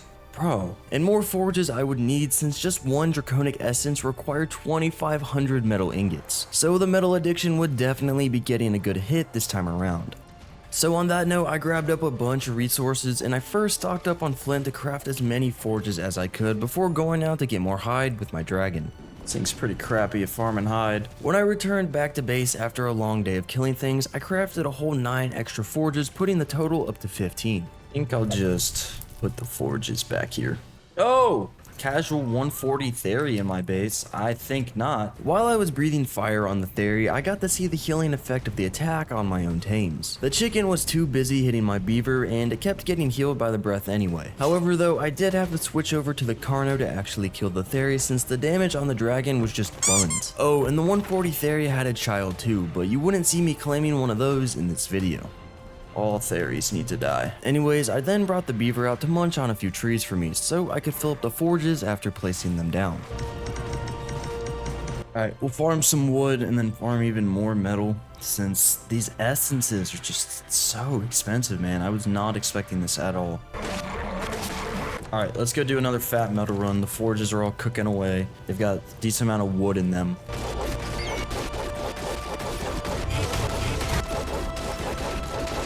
On day 27, I had a ton of metal farmed up, so I started heading back home, but my path was crossed by an offering I simply couldn't pass up on. Ooh, compound bow in this drop? Hold up, 2 compound bows. This one isn't as good as I'd hoped, but this is still very good. Anywho, when I returned, I distributed the metal into all the forges, so I hopefully wouldn't have to worry about it for a minute. Alright, that's a ton of metal cooking up. I then started crafting a few stone arrows, which actually reminded me about the Lost Colony skill tree. I was pretty close to getting my skill points, so I farmed up the few remaining arrows that I needed to craft. And now I just need to make 25 fat structures. These are 2 really easy. These are very easy. Alright, hold up. Let's just get these skill points. They're just kind of nice to have. Then harvest 25 fish meat, that'll be pretty easy. While those were crafting, I grabbed a nearby blue drop that actually has some decent loot inside. Dang. Alright, so that's 3 points. We'll immediately get the hot blooded. This is just my favorite to get. Just makes regeneration really good. And now let's knock out these other ones. Let's get some fish meat. What? Oh, do they reset when you get one? What? That's stupid. Never mind the skill points then. Instead, I wanted to make some metal arrows for the new compound bow I found. I did have some organic polymer just laying around, so I made sure to use all of it in crafting a few of those arrows. 1500 obsidian, so I need this to tame a flame forge. Okay, let's just go get the obsidian and then we'll tame that one level 10 flame forge just to knock it out. Yeah, knock it out of the way. I flew to the top of the volcano on day 28 and I smacked up all the obsidian nodes I needed until I had enough. Oh, hey there. Casual car in the wall. Back at the crib, I threw all the obsidian into the Draconic Cauldron. And I now have everything that I need to craft that Draconic Essence for the Flame Forged Dragon. Let's make, okay, Ember Vein Draconic Essence. Alright, let's go try and knock out this Flame Forged Dragon. It's only level 10. I just want to get it checked off the list. I don't really know how good it'll be. I grabbed this blue drop on the way and I had to fight off this ice wyvern that got aggroed to me by accident before I could get the flame forge. Oh, eternal ice. Nice. Once it was out cold, I fed it the Draconic essence as well as a few narcotics to keep it snoozing, but I waited around until it actually woke up. This thing's food drain is very slow. Oh, bang. Unlike the rejuvenating dragon, this one actually needed a saddle to ride it. But thankfully, it didn't require over a metric ton of draconic feces to craft. Oh, okay, this one's cheap. All right, let's get this thing back to base. Looking to making a saddle for it, because it's very low level, but it seems to be very quick. When I returned home, I crafted up the flame forged saddle and slapped it on the dragon to take it out on a test drive. Okay, so yeah, so this thing is very, okay, it can't glide, so it does feel faster. Oh wow, you can't see anything from inside the saddle, but it sure does look cool. Anyway, yeah, this thing is pretty quick. It's just mine's level 10, so it's not very good. But it's nice, we got one off the list. I pulled up to a couple of drops before heading back home, and from the first red one, I actually got a really nice Ascendant fabricated sniper. And then as for the yellow one, I got a really good flak chest piece. Assembling a pretty good set of armor here. Oh wait, you know what? Thinking of armor, I'm pretty sure, yeah, I've got a cosmetic mod that goes with this these dragon mods. Yeah, I'm like a dragon tamer now, or dragon hunter. This is pretty sick. Oh, I like really matched my Flameforged dragon here. This is awesome. It looks very out there, so I don't know if I'll really use it. Like, it doesn't even look like an ARC character anymore, but it's very cool looking. I don't know. Maybe I'll rock with it for a bit. Maybe I won't. What's this other one I have? Oh, it's just that without the cape. Oh, the cape looks way cooler. I don't know. I don't know that I'm messing with the skin. Oh, nice. We have 2 of the 25 dragons down. Let me put my rejuvenating dragon over here. Okay, so look, I want to build a bunch of platforms like these, just have 1 or 2 dragons on them depending on size, and I think it looks super sick. Alright, I want to go figure out what this flame forged dragon actually does, because it's very quick. I would like a high level one of these. I want to see how strong it is. Charge up a breath attack, what? Let me get my stamina back. Try it on this 150 trike. Okay, it can hire oh, it smelts stuff. Does it smelt metal? I grabbed a bit of uncooked metal and threw it into its inventory, and sure enough, it could smelt it, but it was only as quick as a regular forge. But it smelted that charcoal very quickly. Okay, so these do look pretty useful, it's just mine is super crappy. Anywho, wearing all this flak here in the hidden lake was getting a bit too hot. As a matter of fact, I was actively getting cooked inside my own armor, so I need to cool off my base a bit. I'm gonna try and make a few air conditioners here just to cool down the base. Okay, we got some ACs around my general base area just to keep me cool, which is nice. Alright, this thing's pretty quick. Let's look around for any more dragons I can come across. Really not a fan of this first-person saddle though, you can't see much. Elder Wyvern. It says it's not tameable. How do I get one though? I flew back home to look into the all-knowing Draconic Guide, and apparently the Elder Wyverns have fertilized eggs that I have to steal in order to get one myself. Do you have to kill it to get an egg? I looked up a quick video. I think there's just an egg out and about. Let's go look. Where's your egg at? Am I gonna be able to find it?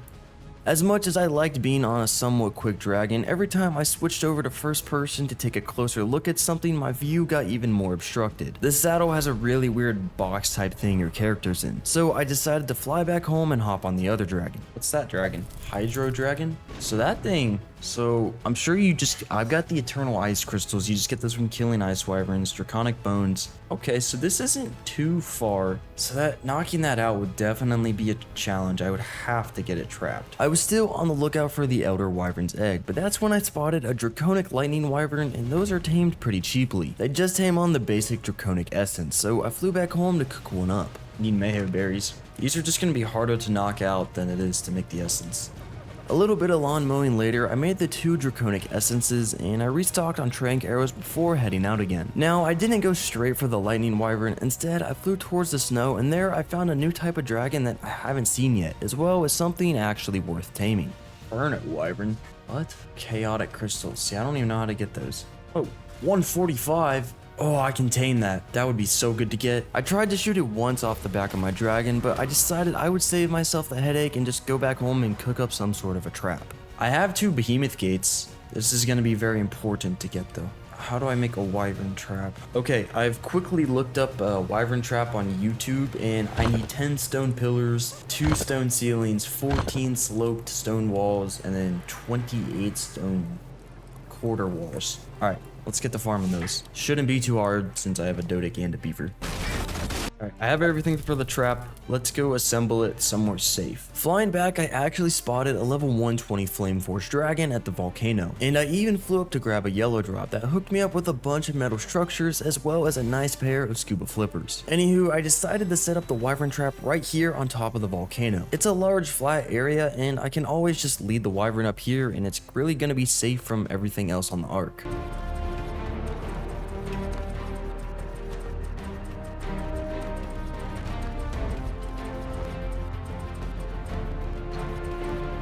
With the trap fully assembled, I flew back down to grab the ice wyvern's attention, which albeit took a couple of minutes since it just kept losing aggro due to all the wild creatures around. But once I did finally have it on my tail and it started chasing me up the volcano, I kited it all the way up to the trap and I of course got it in on the first try. So then I got it in on the first try, yeah, I got it in, dude. Okay, I accidentally had my mic off while doing that, but wow, was that guy annoying to get into the trap. But I have him in the trap. That's what really matters here.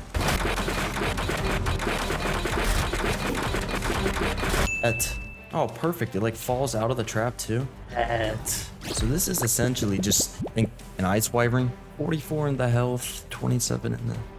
Okay, it could be better, but you know, this is still very good. Leaving my dragon up at the volcano, I flew down to do a little test drive, and I actually ended up finding the elder wyvern's nest. Whoa. Oh, this is an elder wyvern, so this is what a nest looks like. There's an egg. Huh.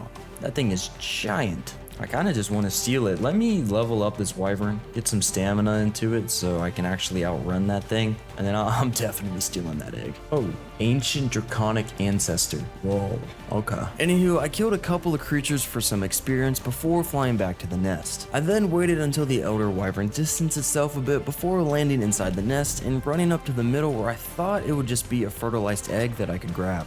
Oh, what? Oh! There was no egg. Oh wow, it's fast. Oh wow, it's fast. I'm about to lose my wyvern. I flew down into the cracks between the ice, which saved me and my new wyvern, but I was still pretty confused as to why there was no egg in the nest, so I flew back to investigate. See what? Oh, it's right there. Egg hatching in 28, what? Bro, what is it? Why is it like a floating PNG? Is that 28 minutes? I set a timer for a minute and waited by the nest, but the timer did not go down yet, so I flew back up to the volcano to pick up my dragon that I left there. And when I returned, I looked into the nest again, and behold, the egg was literally just sitting there in the middle. Oh, it's right here. I snatched it and hopped on my wyvern to dip, and thankfully the elder wyvern didn't chase me since it probably got stuck somewhere out of render. Alright, I've got some ACs in my base. Let's see if I can't just throw down this egg. Will it incubate? Too cold. What about... Oh, are we running out of wood? What's my Flameforged dragon dropping over here? Ever-glowing coal. Can be used as fuel in a draconic generator. What? I didn't know that was a thing. Anyways, I decided to just go for an egg incubator instead, and that's when I discovered the so-called Draconic egg incubator. And apparently it holds the power of 10 suns, whatever that means. It was also cheaper than the regular arc incubator, so I'm going to craft it regardless. I just have to go out and get some crystal for it. Let me get these forges going again, and then we'll get that crystal for the egg incubator. That being said, I flew out to the forest to let my beaver do a little bit of wood munching, and after refueling all the forges, I headed out to the local snow mountain. Okay, let's make this egg thingy. The Draconic egg incubator. I'm missing electronics, bro. Really? I need to get some more pearls. I crafted a scuba tank, some flippers, and as many electronics as I could before heading out on the ice wyvern to grab the rest of the pearls that I would need. Back at the crib on day 34, I loaded up the fabricator to craft the few remaining electronics that I needed for the incubator. There we go. Finally. I activated it and threw the elder wyvern egg inside, but the incubation timer didn't start going down straight away. The egg just appeared. Why is egg incubation 99 out of 100? Does it just take forever to incubate because it's like massive? Okay, I mean, it's incubating just very slowly, so I've just got to let that do its thing. While that was on its way, it was time for me to continue work on the base expansion since I had more dragons on the way than needed parking spots. So I crafted up a bunch of pillars and ceilings and then got to work.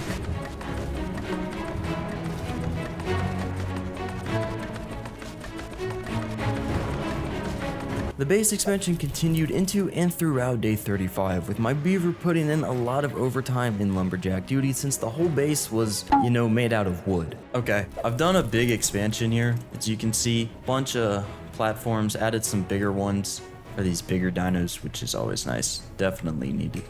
Anywho, after sorting out my inventory, I peeked into the egg incubator again, and for some reason, it now had a couple of dodo eggs inside. Okay, it's about 75% incubated, still waiting on that, and I'll definitely go check out that red drop. Hold up.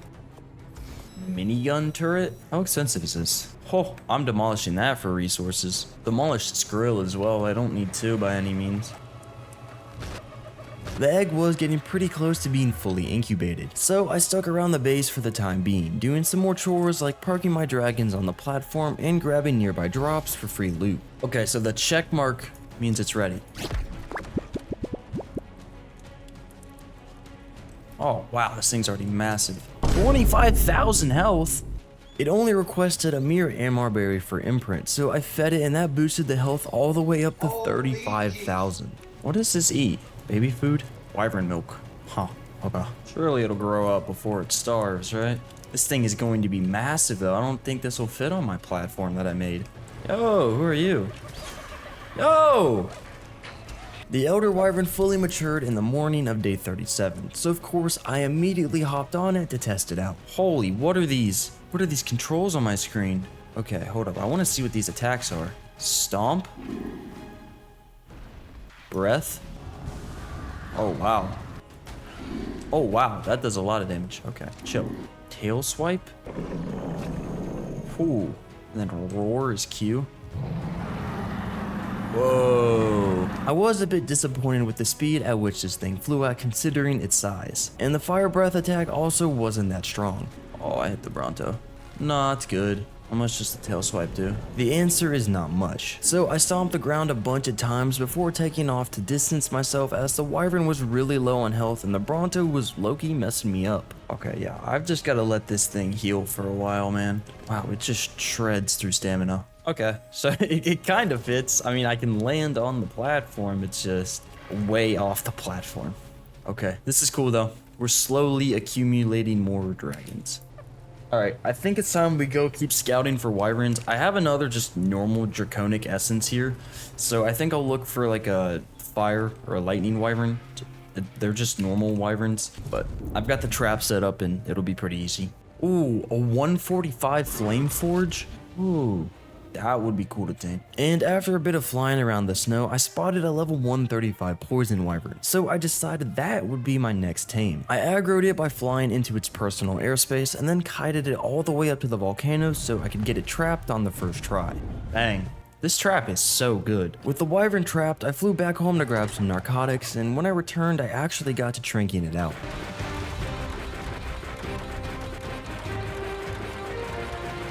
Bang. Another wyvern. I want to see if I can't go around and knock out the other two, the fire and the lightning wyverns. Just get those out of the way. So let's go make some draconic essences to actually tame them. Oh, level 5? I kind of want a good lightning wyvern, so I'm probably not going to tame them. I might kill this. I was going to need a bunch of their talons eventually regardless, so a low level like this was actually a blessing in disguise. What are these? Draconic lightning hides. Huh. Back at the crib, I sorted out my inventory before hopping on Perry to gather a few Mayho berries that I needed in order to cook up the 2 pieces of Draconic Essence. Shortly after returning to the snowy mountains, I actually spotted a level 140 lightning wyvern near the blue obelisk. So I got its attention to lead it up to the volcano. Once it was in the trap, I started to trank it out, but it somehow managed to get out of the trap halfway through. What? I got its attention again and let it back in to actually knock it out this time. I don't know how he got out of that trap there, but whatever, still gonna be mine. With that being checked off the list as well, I cryoed up my ice wyvern and hopped on the lightning wyvern to go around looking for other dragons and do a little bit of leveling. Wyvern corn? Ooh. Blood Crystal Wyvern. The Alpha Raptor gave me a ton of levels, and I pumped my wyvern's health up by quite a bit, so healing it with just raw meat was no longer viable. I need to tame a Daedon. But before I could get to that, I had a nice little surprise waiting for me back at base. No! Bro! Whole Alpha Carno spawning in my base. What did he kill? A Pteranodon and Perry V2. So, I guess there's gotta be a Perry V3. I'm sorry, Perry V2. Was not supposed to end like this.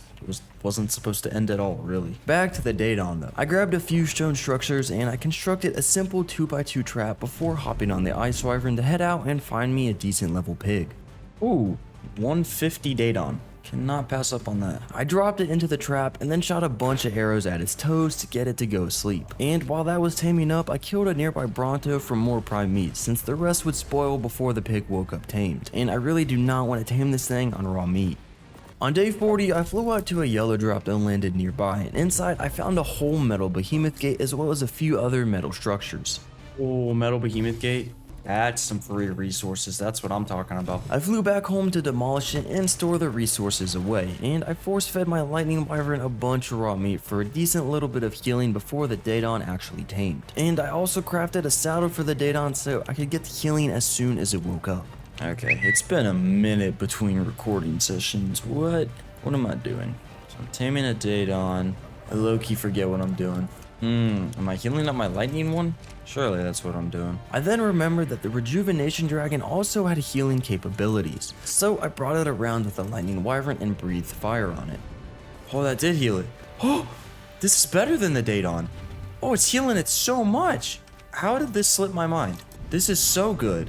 Literally have a thing called a rejuvenating dragon. I'm like, I don't have anything to heal. I don't have anything to heal my dinos. Let's go tame another one. Can I like stack it? Can I like breathe twice and make it heal quicker? I don't know. I don't know if that is quicker, but we're healing this thing so quick. This is so good. I mean, the Daedon's tamed, but I don't even need it now. Anyways, I still had that one Draconic essence on me to tame a fire wyvern, which was the last of the 4 normal wyverns that I needed. Forges are about out of wood again, but it looks like they've smelted through all the metal. Yeah, so that's perfect timing. I have this one last normal Draconic essence. Be cool to tame a fire wyvern, just get that knocked out. Alright, let's begin flying around the mountains looking for fire wyverns. Shouldn't be too hard to find. A sand dragon? I looked up the essence for it real quick and saw that it was really cheap to make, all things considered. So I decided I would go for that straight away. Okay, hold up, dude, stay there. Stay there, this is right next to my base. Okay, surely the sand dragon doesn't have much torpor, so try and ride the rejuvenating dragon since it's close by. It's slow, but I can shoot off the back of it. Yes, 8.7k, that's not bad. Let's see how this goes.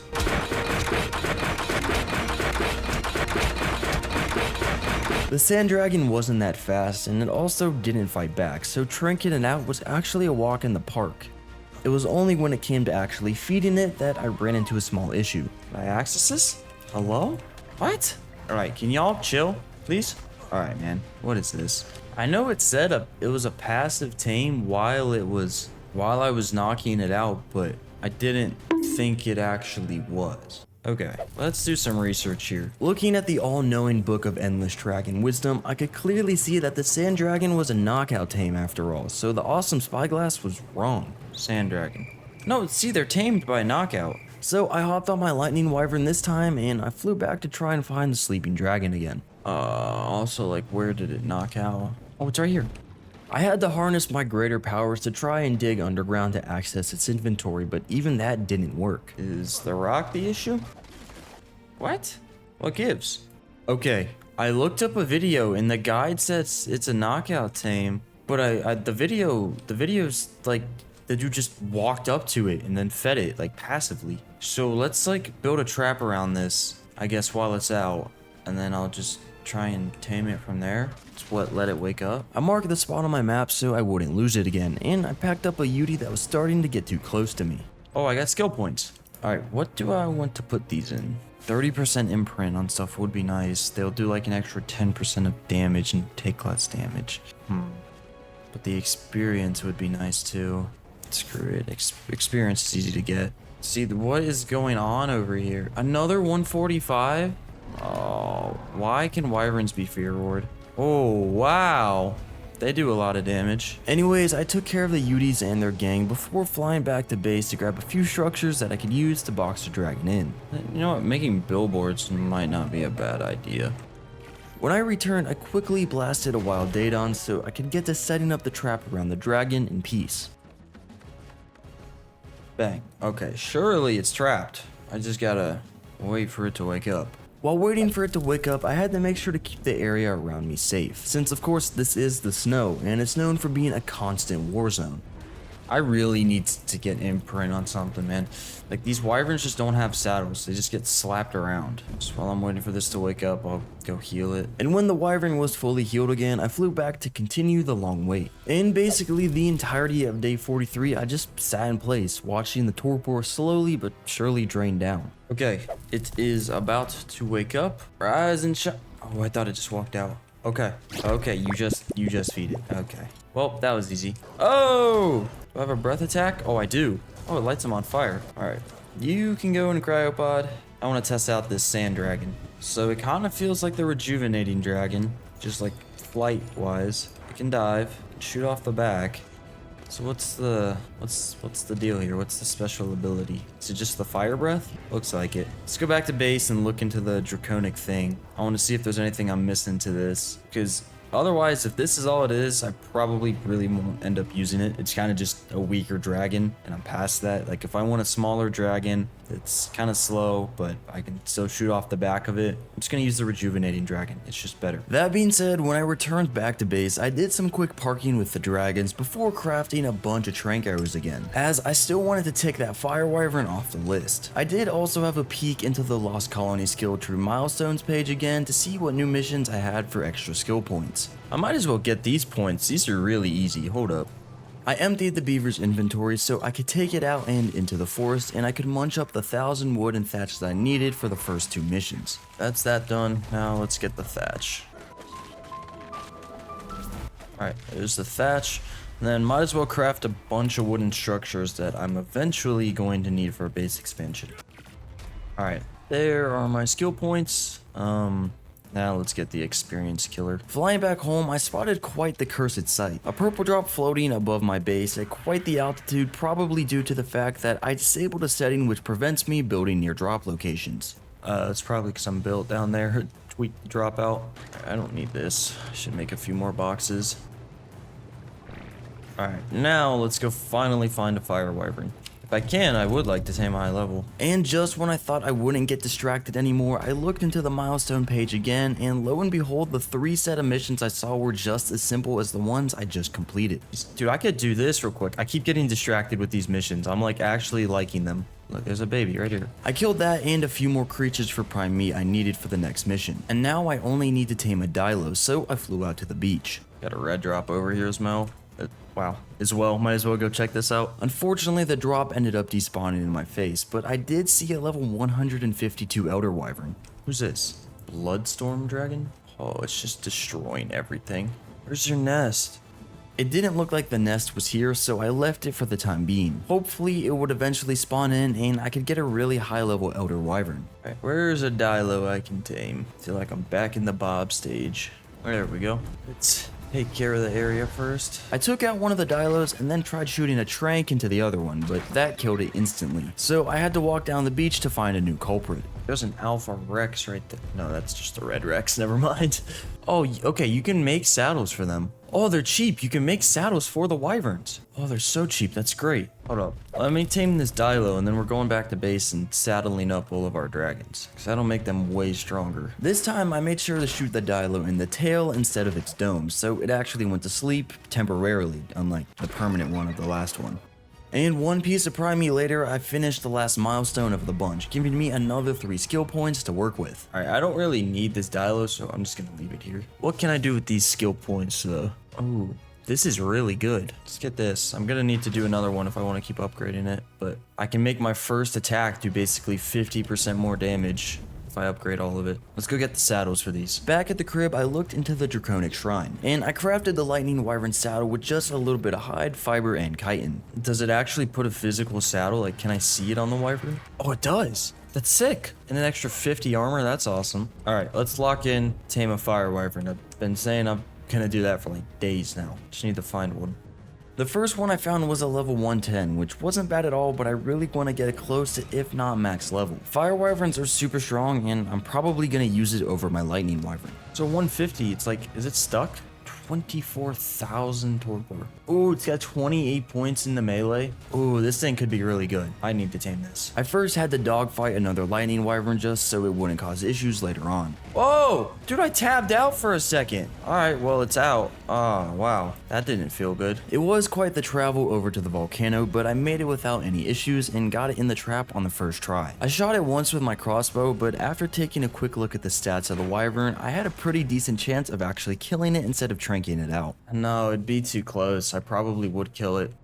Let me go make a long neck rifle, see how this would do for me. It'd be good if I could get like a decent long neck rifle, one that isn't primitive. I did see a couple of red drops not too far apart from one another, so I stopped by both of them before flying home. Unfortunately though, neither of them had a decent long neck inside, so I was just forced to craft a primitive one. Alright, so let's make long neck rifle, and then I'm gonna have to grind out a bunch of bullets and then turn those into shrink darts. I also looked into making a chemistry bench to make my life easier. And since I only needed electronics to make one, I grabbed my scuba flippers and flew out to gather some pearls by the icebergs.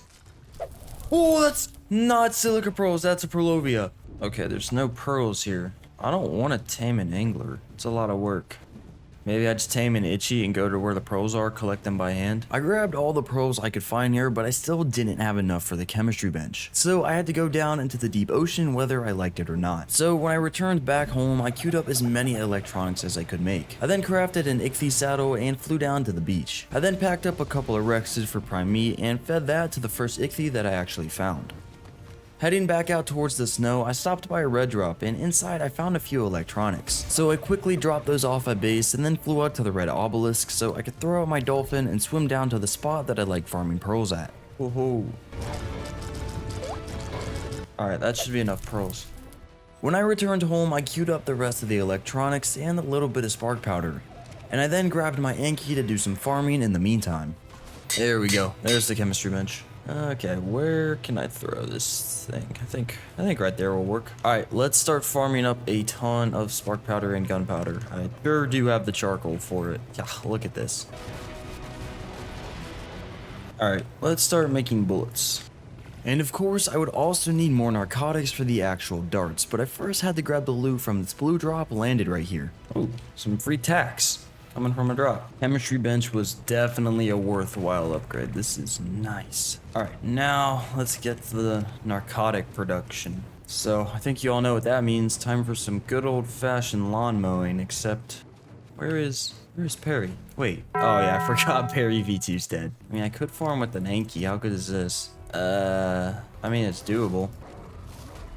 Travel 500 meters on foot. Oh, and then tame any one of the following and an otter's in it. Well, you guys do know I like taming Kippers, so I feel like we should just do that anyway. Anywho, I crafted up a ton of narcotics, which I could then turn into around 100 tranks. Surely this will be enough combined with my crossbow to knock out the wyvern. So as soon as all of those finished crafting, I hopped back on the lightning wyvern and flew up to the top of the volcano to test out the long neck. The fire wyvern got out of the trap just as I arrived, so I had to get it back in again, which of course was a walk in the park for someone like me. I don't think this is gonna work.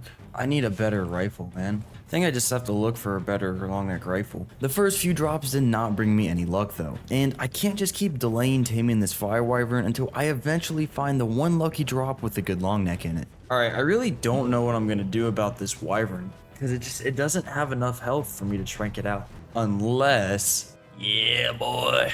Upgrade station. For those of you that don't know, this mod called the upgrade station adds a little smithy-like structure to Ark, but it acts basically exactly as the name says, an upgrade station. Inside, you can upgrade certain items and saddles for resources that you originally used to craft said items. Alright, the upgrade station is just gonna save me time and make my life a little bit better, you know? I really do like the upgrade station.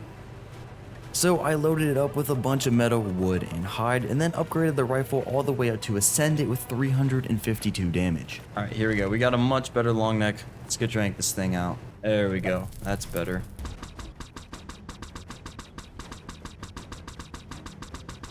Bang. Look at this dude's wings, dude. This is sick. Pretty good stats, too. And I've got imprint on it. Let's go level this guy. I cryoed the lightning wyvern and flew back to base to craft a saddle for it before heading out to do some leveling. And of course, I was gonna do that by reducing the local dinosaur population of the nearby beach. I did fly out to grab a couple of explorer notes near the obelisk before continuing the killing spree and pumped my wyvern stats up a bunch.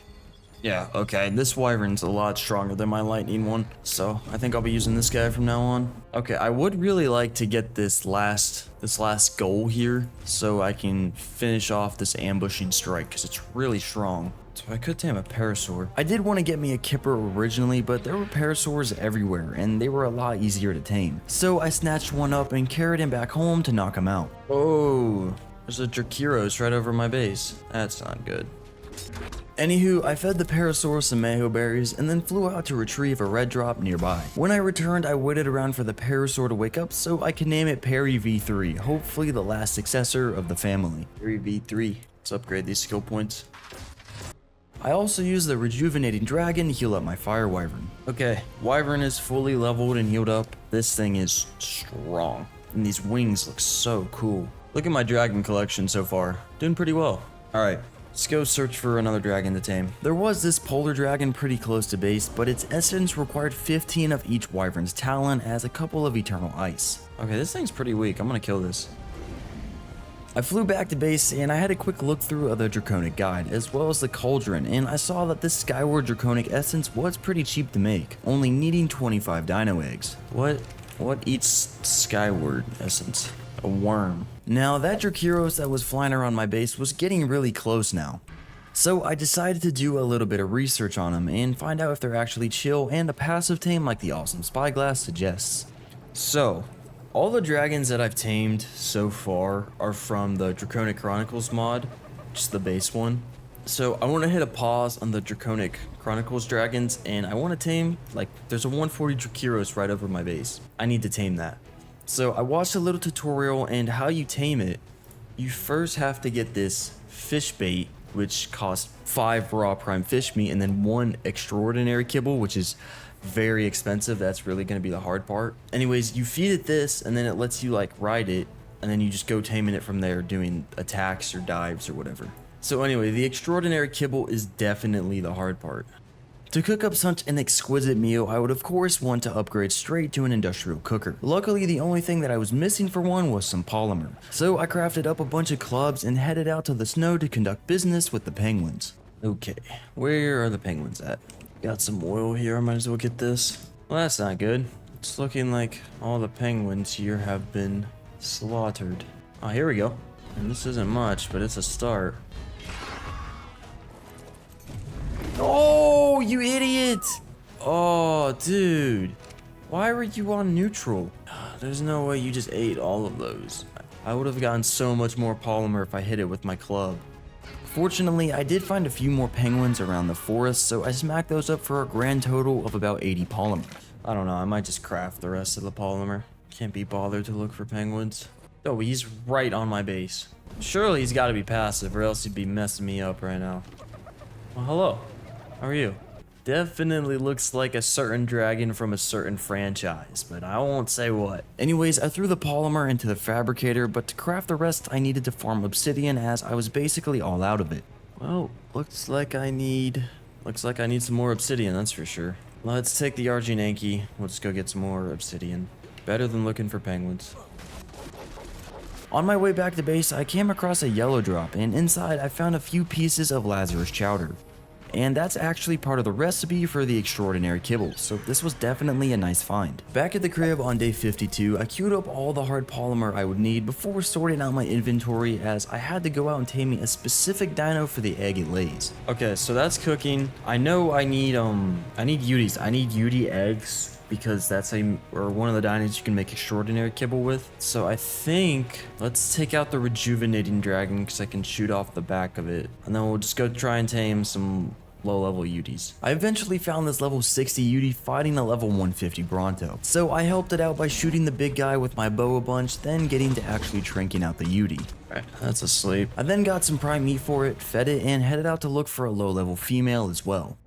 25 male, I need a female. No! Oh, Bro. And just when I found the perfect culprit, a level 50, I shot a trank at it, but I got aggroed by a fire wyvern just as I ran out of stamina. Oh, I'm stammed out. Not good. And to make matters even worse, I couldn't even set it on fire with a rejuvenated dragon breath, even though the fire wyvern can set me on fire, so that makes no sense at all. Anyways, I was forced to use the compound bow to kill it. I was pretty much left on life support, but I managed to get it and knock out the Yudi as well. So after feeding it some prime on day 53, I flew back to check on the male Yudi, which had tamed by now.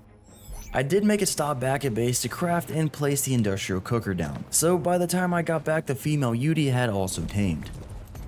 Now back at the base with both Yudis, I enabled mating on them and I looked into the kibble recipe once again to see if I was missing anything. Oh, I need honey? Man. Soon enough though, the first fertilized Yudi egg dropped, and it got picked up by the Draconic egg incubator, so I brought it over to the cooker. Now as for the honey, I just planned on using grapples to get up to a beehive and of course grab the honey out of it. I would tank a little bit of damage though from the bees, which will be mad because I took their honey, so anyways, I plan on healing with some medical brews. Yeah, I can use infinite reusable grapples. So I crafted one of the reusable grapple crossbows and hopped on the Anki to do a little bit of lawn mowing for narco berries and tinto berries. And then obviously I can make said medical brews with them. Alright, let's go get this honey. On day 54, I flew out to the redwoods and pretty quickly I spotted an unattended beehive. So of course I grappled up to it and grabbed the honey. But while looking for more, I got spotted by a wild angry tree kitty and it was really not happy about my visit. Bro, he's just taking me away from my wyvern. Dude, he just took me so far from my wyvern. Anyways, I grabbed one more beehive before turning back around and flying home to cook up the extraordinary kibble. Finally, okay, we're putting together this kibble. There were 2 more Yudi eggs waiting for me in the incubator, so I grabbed those and turned those into kibble as well. Okay, so we've got this. Turn this off. So I need to make the fish bait. So I need raw prime fish meat. To get that, I would use advanced fishing technique developed in the ancient times of Ark. And this is basically where I just hover over the ocean with my lightning wyvern blasting down on anything that moves below me. Does this drop raw prime fish meat? Surely it does. Not enough. Ooh. There's an elder wyvern. What level is this? 107? Its nest was right here, so I decided to snatch the egg and dip. Or try to, at least. Oh, not good. Why is it?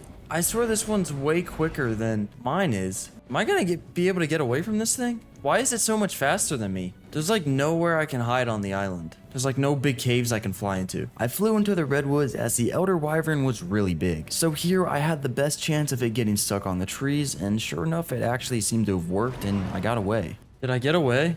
I think I got away. After that long getaway halfway across the entire map, I could fly back home to store some of my fish meat away. I then flew back up to the Redwoods River as I knew I could find some saber-tooth salmon there, and those give a lot of prime fish meat too. Oh, sickles get crazy raw prime fish meat. What? All right, let's finally make this fish bait.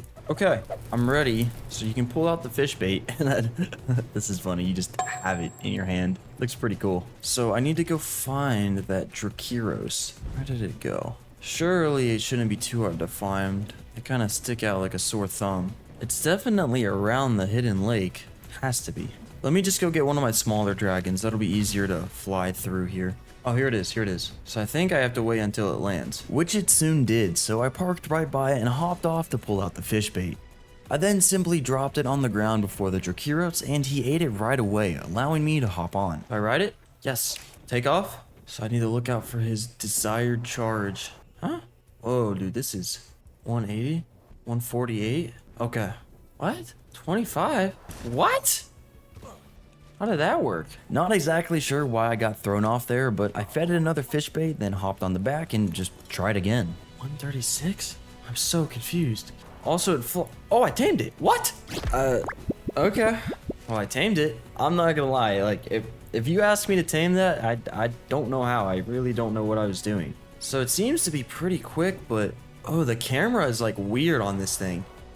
It's like very shaky. Oh, and I can pull tools off the back. However, I think there's one thing mandatory that I have to do. I know this guy isn't the perfect coloring, but I think it's mandatory that I name this guy Toothless, because like, come on, just look at that face. This is Toothless. As for the damage, I found a random parasaur on the beach, and I completely obliterated it with the lightning blast. This guy's pretty quick at running too. The next victim was a Rex, and it also got melted in just a second. Oh, what? This thing is looking so strong. Brontos. Here's a good test subject. Dude, it's so strong. It's so strong. It just melts through everything. Oh, I ran out of charge. Okay. Looking at the stats, Toothless had a new one under the melee damage. It was called Charge Multiplier, and I could actually increase that to get more charge, meaning I could blast a lightning beam for longer. Okay, I don't think I have enough charge. How much does... A bite does nothing to it. So, yeah, really only the best attack here is the lightning attack, and you get charge from just flying around and diving and stuff. Okay, so that's good to know. This thing is really strong. It's literally just the camera effect. It kind of looks realistic in a way. It gives me a headache, but I kind of like it at the same time. Like, it just looks super realistic. Like, let me fly in first person. Yeah, like, this is how, like, I imagine flying on a dragon would be. And it's so quick. I was really happy with how quick and strong it was. I just gotta get used to the new camera effects while flying around. Oh no, we're running out of spots for dragons here. Wait, oh, I left him over there. My Anki? Did I do a theory? What? Really? Bro. Anywho, I had to heal up Toothless a bit, so I had to fly back out to get my rejuvenating dragon since I left it out in the forest. When I returned, I first disabled mating on the Uties. I then sorted out my inventory and healed up Toothless before worrying about where I would actually park him. We're running out of space for dragons, man. I'm gonna have to make expansions. On day 56, I looted a pretty solid red drop before flying back home and discovering a setting on Toothless that actually showed me to disable the weird camera. Oh, you can disable the immersive camera. Oh, this is so much better. Okay, so this thing has its own settings and everything I need to look into. Settings, disable lightning. Okay. We're definitely gonna keep the lightning. It's too cool not to have. Disable body glow. Oh, no, keep that. Okay, what else you got? Bond abilities? I don't know what that means. Oh, it's got passenger seats? What? This thing is sick. Dude, this thing is awesome. And I can use weapons while mounted. Oh, I want to go out and like wreck some stuff. Let's put some levels into it. Oh, this is so much better. Without that shaky camera, that was giving me a gnarly headache. Anywho, I picked up an explorer note from this mountain before destroying a couple of poison wyverns and leveling up the charge as well as melee damage. This thing is so strong. Oh, 262 damage. Holy voice crack. What is this thing? Dragon King? While flying around, I found another Drakyros, level 150. This thing looks so cool in the storm, bro. Let's go get that fish and try and tame it. If I can get 100% imprint on one of these things, it'd be crazy. That being said, I flew back home to prepare a few Yudi eggs for the extraordinary kibble, but I had to go back out and get more honey again. I need to start taking out these wyverns just for talons. Will my lightning work? Oh, it works on the lightning wyvern. Perfect. Alright, let's go tame this 150. If I can get like a fully imprinted baby, that would be insane.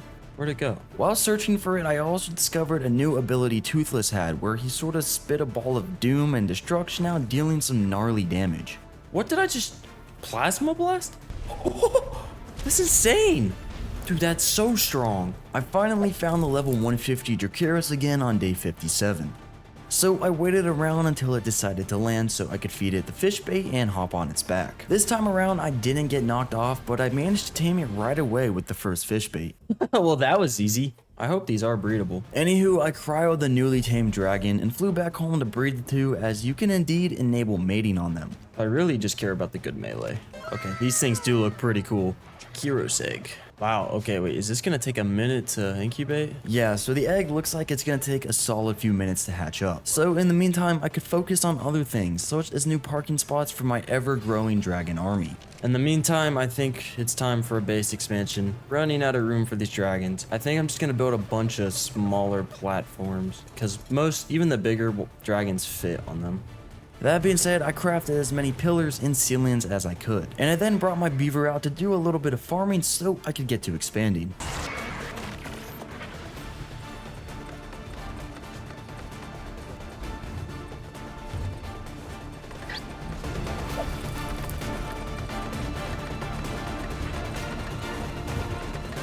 Okay, that's a bunch more platforms. Let's make the railings.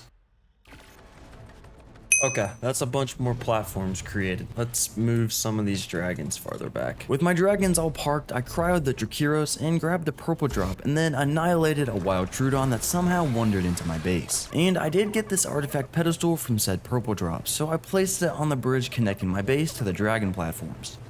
Alright, it's time to get back on the dragon taming train. Pure Draconic essence. So you use this to tame frost dragons. I think I want to grind this out. So we're gonna need all the talons. Should be pretty easy on my new toothless here. I think I have that eternal ice stuff, right? I did have a single piece of it, so I would need to get one more, but I first had to take out a lot of wyverns. So I hopped on toothless and flew out to the mountains to get it. Okay, so since I have so many more dragons to tame and I'm already on day 59, like I'm running out of time, I'm gonna start using the Dino Finder mod. This will just make things easier. So we'll just put in wyvern, and then we'll put in all 6 fire wyverns, select them, and we'll go start strategically taking them out one by one. It's so strong. Crystal wyvern. What tames the crystal wyverns? I just took out all the other wyverns on the map, so I gotta wait for some to respawn. I did, however, fly out to said crystal wyvern out of curiosity. I wanted to see what I needed to tame it. Oh, they just take Draconic Essence. I should knock it out and tame it then real quick. On that note, I flew back to base and cooked up a Draconic Essence before flying back to trank out the crystal wyvern on day 60. Knock out this dude. Looks sick. Since it was only level 20, it knocked out from a couple of darts. So I fed it the essence and flew back to base to grab some narcotics, which I didn't even end up needing since it tamed right before I got back. Oh, bang, it tamed. Pet. Oh, this thing looks sick. Too bad it's just gonna sit at my base, so I just need to check it off the list. Looking back at the dino tracker, I could see an ember variant of the crystal wyvern spawned in, so I cooked up yet another draconic essence for that and flew out to check it off the list as well. Whoa, 11.7k torpor, man. Bang.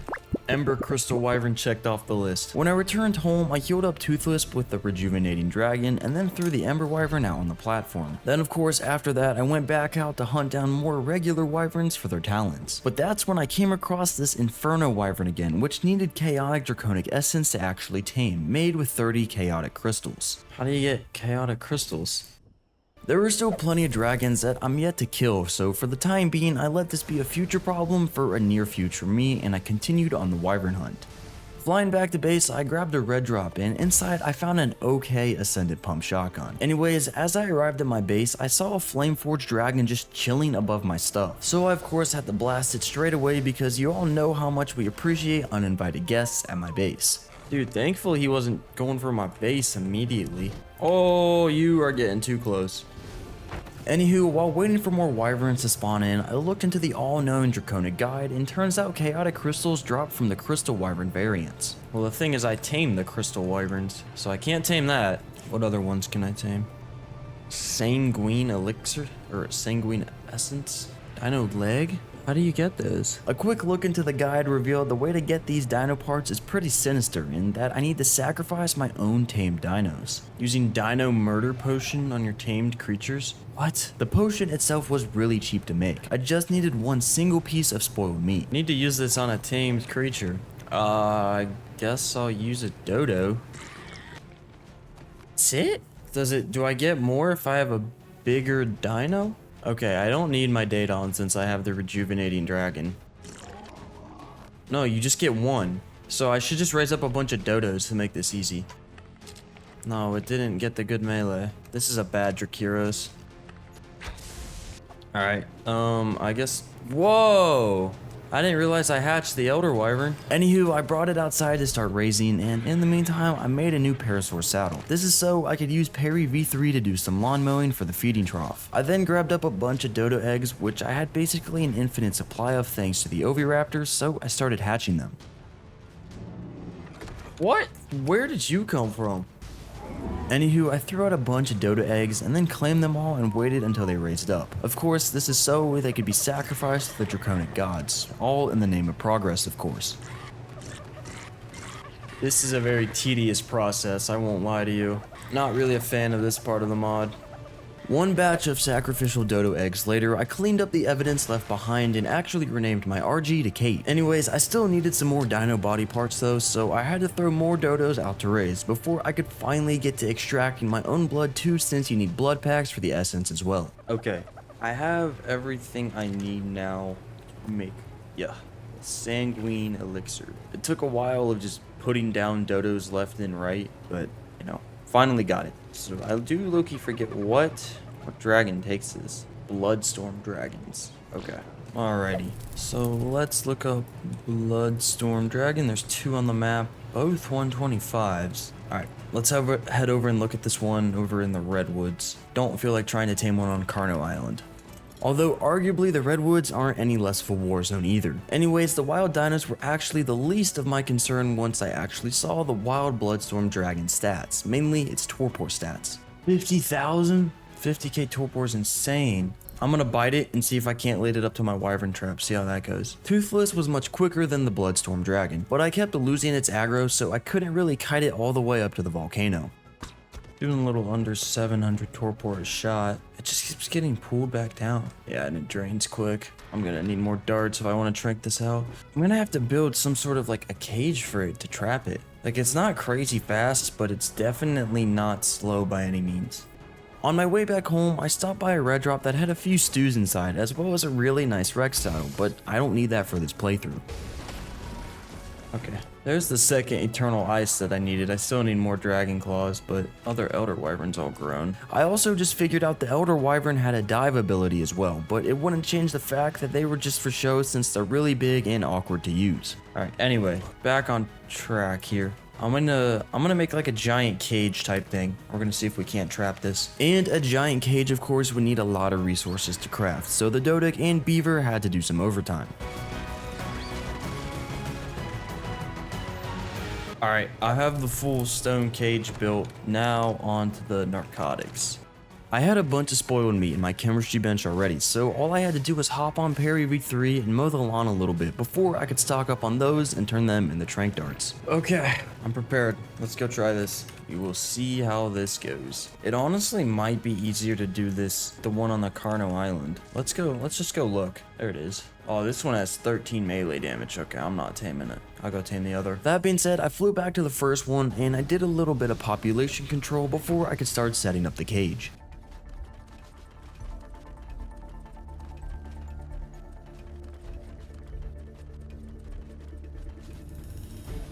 Okay, so I don't think it'll fit through when the gate's here. So I'm gonna try to just place the gate behind it. Or the gateway and then the gate. So where is this thing? There it is. I got its attention and tanked through a ton of damage before I even got to the trap, but it lost aggro just before flying in. Oh, dude, he just took half of my health. I need to get more health back before I do this. So I had to fly back home and get my rejuvenating dragon to heal Toothless, as I really don't want to risk losing him. Okay, let's try this. This time I flew into the trap and waited until it followed me inside before walking out and placing the gate down just behind me to trap it in. It's in, but it can damage it. Oh no, it isn't. It isn't. It can damage stone. Oh, why can it damage stone? Alright, we'll just derender it. It got out. No! Dude, it's because the trap derendered and it just... Oh no, man. Why can it damage stone? Alright, I guess I'm gonna have to make that whole trap in metal. So I'm gonna have to make the trap out of metal. Luckily, a bunch of forges were still holding on to plenty of ingots, so I brought all those over to the smithy and I filled it up with paste as well before grabbing the few metal structures that I already had. And then I queued up the rest to craft. Okay, I'm crafting all the metal structures. I was able to afford them. I healed Toothless back up before cryoing the rejuvenating dragon, as it would come in handy on site. Finally, once all the structures were done crafting, I picked up everything and headed back over to reconstruct the trap. Alright, let's just try and replace everything real quick.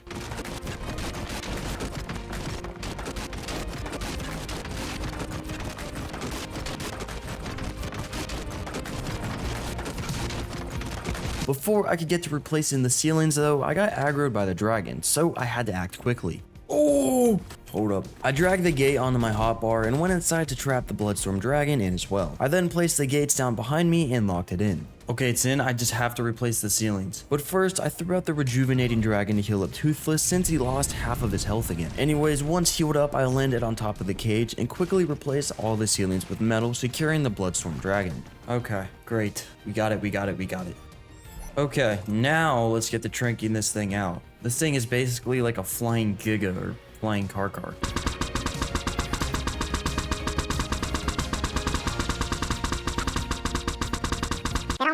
What did this a Kipper? Hold up, I need to tame that.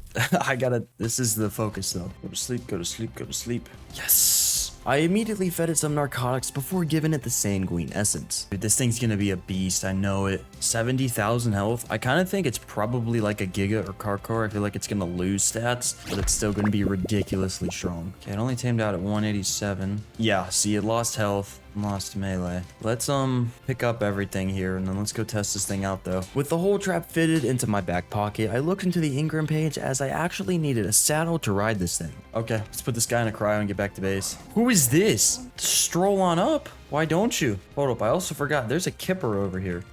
I cryoed the Bloodstorm Dragon and I spotted the otter again, so I dove back into the water to smack up any piranhas that dared to bite my toes. Come here, Kipper. Kipper. With the 2 main missions now completed here by the Redwoods, I could hop back on Toothless and fly home to craft the Bloodstorm saddle, and then finally test out this massive dragon. Wait, why is it? Oh wow, look how it runs. Okay, it doesn't glide, but hold up, I gotta go to the beach here. Oh my. Dude, why does it run like that? Okay, anyway. What's damage looking like? So this is the bite. 860? Dude, it really is like a flying Giga. Oh wait, that was because of my first attack. Blood Rage. Oh no, so it's exactly like a Karkar. So when I get Blood Rage, I move faster and everything. Oh, I can't put it in reverse. So this thing's very clunky to move. Doesn't really get any health. So I guess I'm just gonna level all on the melee like you would a Giga or a Karkar. And I could even pull tools out on the back of this thing like most of the other dragons. So overall, it's a really nice addition to my army of dragons. We can all look past the goofy, very running animation and just appreciate this thing for being a literal Karkar with wings. All right, we're staying locked in. More dragons. Let's look into the Draconic guide, see what dragons I haven't tamed yet. Inferno Wyvern, Chaotic Essence. So I don't think I can get that. Wyvern Corn, Mythical Essence. What's the easiest to make? So I need to get Rejuvenation Crystal. Bro, some of these are expensive. Skyward, Worms enjoy it. Okay, let's make one of these. Oh, I don't have enough dino eggs. All right, these dodos gotta start breeding again. All right, there's the Skyward Essence. How do I tame a worm? One on the map. It was a pretty terrible level too, but I couldn't exactly be picky since there was only one of them on the map. So after the essence finished cooking up, I hopped on Toothless and headed out there to check out the worm. Oh, it's a passive tame. It was also tiny and really quick, so I followed it around for a minute seeing if it would land. But since that didn't look like it would happen in the foreseeable future, I decided just to dome it with a trank dart, sending it to sleep instantly. Okay, I'm gonna knock it out and then try and trap it, then passive tame it. Yeah, you can't access its inventory. Oh, waking in a minute? I had to be quick about assembling said traps, so I decided just to make it out of thatch. I quickly crafted a few foundations, walls, and ceilings before realizing I had a whole metal cage in my inventory, so I pulled that out and started building. I then built a little compartment next to it and closed myself in. On day 67, I expanded the inside a bit before taking off and flying back to base to craft another Skyward Essence, as the awesome Spyglass actually showed that I needed 2. Then when I returned, the worm was actually awake, so I built another 1x1 compartment around myself before opening the wall and trying to feed it. Why is this not... This thing is gnarly looking, but why can't I tame it? Okay, apparently I gotta let it have hearts and then come near me, and it's scared of tame dinosaurs, so I don't know how this is gonna work.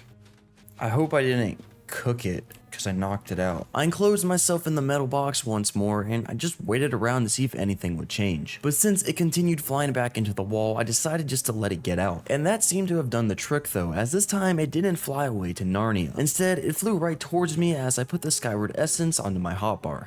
Oh, I think it's coming towards me. Come here, come here, come here. Bang. Dude, this thing looks gnarly. So what do I pick it? Oh, it's on my back. What? Oh, I can fly with it. Oh, it's like, I can wear it, bro. This is so sick. It just would have been nicer to have a higher level because then I could use more stamina. Aw, Kipper, I'm sorry, dude, but I gotta wear this thing on my back. Let's put Kipper in a cryopod. While flying back to base, I spotted a Shadow Wyvern level 15, so I quickly looked into the Ingram page to see what I needed for its specific Draconic Essence. Moat of Shadow? Anyways, when I made it back to base, I threw Kipper out to chill by the cauldron for now, but I did plan on actually making a throne for him. Alright, let's finish grinding out these Draconic Talons so I can finally get a Polar Dragon and check it off the list. That being said, it was time to go Wyvern hunting again with Toothless, so I marked all the Wyverns on the map and got to it. Okay, I finally got all the talents and everything that I need for, I think, a polar dragon. That's what I'm taming, right? Yeah, with the pure draconic essence. Okay, find a polar dragon. They're pretty big, shouldn't be too hard. I flew around the snow for a few minutes before remembering that I had the Dino Finder mod. So I looked up the polar wyvern and it turns out there is also just one of them on the map. So I made my way over and seeing as it was low level with a very low torpor stat, I pulled out my long neck and just started shooting it off the back. Bang! This thing feels weird and it feels pretty weak. I don't know, I'm just taming it to check it off the list. Anywho, I flew back to base to throw out the polar dragon on the platform and park it by the elder wyvern since this thing was also pretty big. This thing is massive. Alright, I want to go kill one of these crystal wyverns, see what it gets me. Because I know I think the chaotic crystals from it. Oh wait, dude, I need to tame this. I don't have the tropical one. Need to tame this instead of kill it. I need a draconic essence then. When I returned to base, I found yet another flameforged dragon harassing my tames, so I immediately blasted it into oblivion. I then did a little bit of lawn mowing for mayho berries so I could cook up the draconic essence for the crystal wyvern. I hopped back on Toothless on day 69 and I headed out to said wyvern so I could tame it.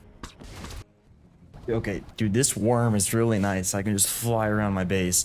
Oh, I forgot, dude. This is how the cinema crops are. I hope they release Lost Island soon. These are nice. Anywho, looking through the Draconic guide again, I stopped on the Hydro Dragon, and I saw that it required some Azure Essence, which can be cooked up by combining a bunch of Dragon Bones, Dragon Steaks, some Eternal Ice, Chaotic Crystals, and Rejuvenation Crystals. I just need to figure out how to get more Rejuvenation Crystals. Do I just need more rejuvenation dragons? One thing I wanted to try is hopping on the dragon and using its breath attack to drain a bunch of its stamina. That would force it to eat food and thus defecate. Just getting one is insane, and they spoil.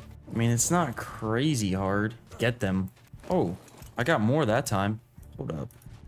Slowly but surely. Draining its stamina all the way down seemed to be the move, so I continued doing so until I had a little over the 15 required rejuvenation crystals. Eternal Ice and then Chaotic Crystals. Anyways, looking at the Dino Finder, I saw that an Ember Claw, the so-called Defender of the Realm, had spawned in.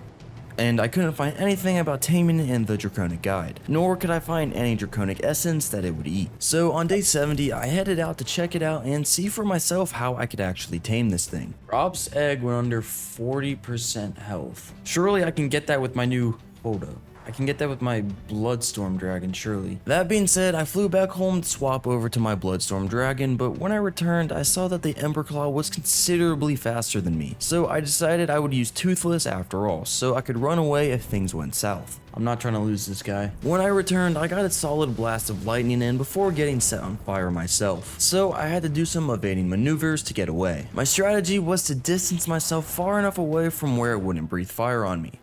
However, that plan quickly folded as the Emberclaw's breath didn't really work like a regular fire wyvern's breath. Instead, it just kept spitting fire as long as I stayed close enough for it to hit me. Why is it still blasting fire? I was, however, making really good progress on chipping down its health. So, of course, I kept the pressure up, and I made sure to distance myself when needed and going in for more lightning damage when possible. Then, once it was down to around 70,000 health, it actually started running away from me. And that's perfect because I could just follow it and beam it with lightning from behind.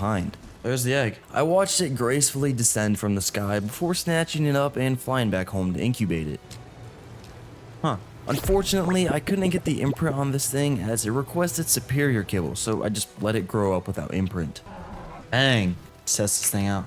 It's pretty quick. How strong is it? I flew out to Carno Island as there were plenty of critters that I could use as test subjects, but this dragon was pretty underwhelming to say the least. I mean, it's very low level, but this thing is not strong. Anyways, I flew back home to get back on what I was originally doing, and that was getting the ingredients for the Azure Draconic Essence, which of course the Hydro Dragon eats. Eternal Ice and then Chaotic Crystals. Alright, so I need to kill Ice Wyverns as well as Crystal Wyverns. I also turned off the egg collection on my Oviraptor when hatching the Emberclaw egg, so now there were a bunch of random unclaimed dodos just standing around. And I did do a dino wipe and increase creature spawns, so it should be hopefully easier to track some things down here.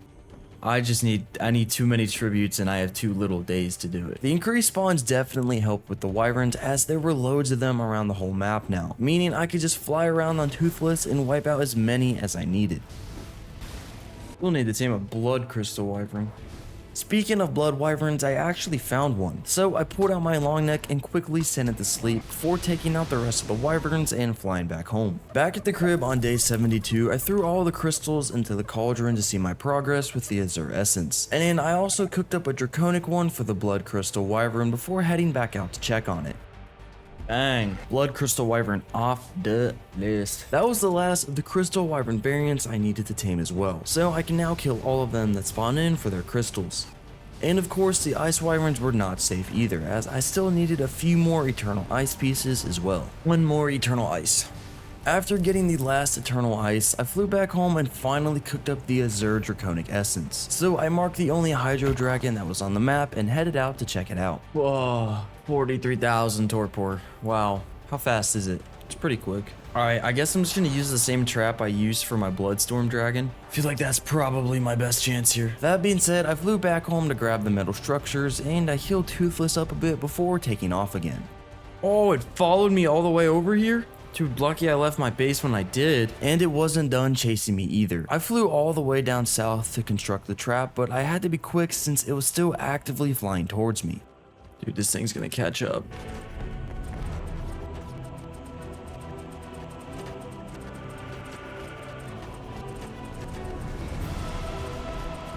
Oh, it's here. Perfect timing. Oh, I don't think it's gonna fit in here. I tried to kite it in a couple more times, and I even tried picking up some of the double door frames, but it didn't look like I was getting anywhere. So I flew back home once again to grab a behemoth gate and heal up Toothless again. When I returned to the trap on day 74, I picked up the door frames from one of the sides and replaced it with the behemoth gate, and I then flew back over to get the Hydro Dragon's attention again. Then once it was following me, I flew into the trap, but the Hydro Dragon just straight up refused to go in.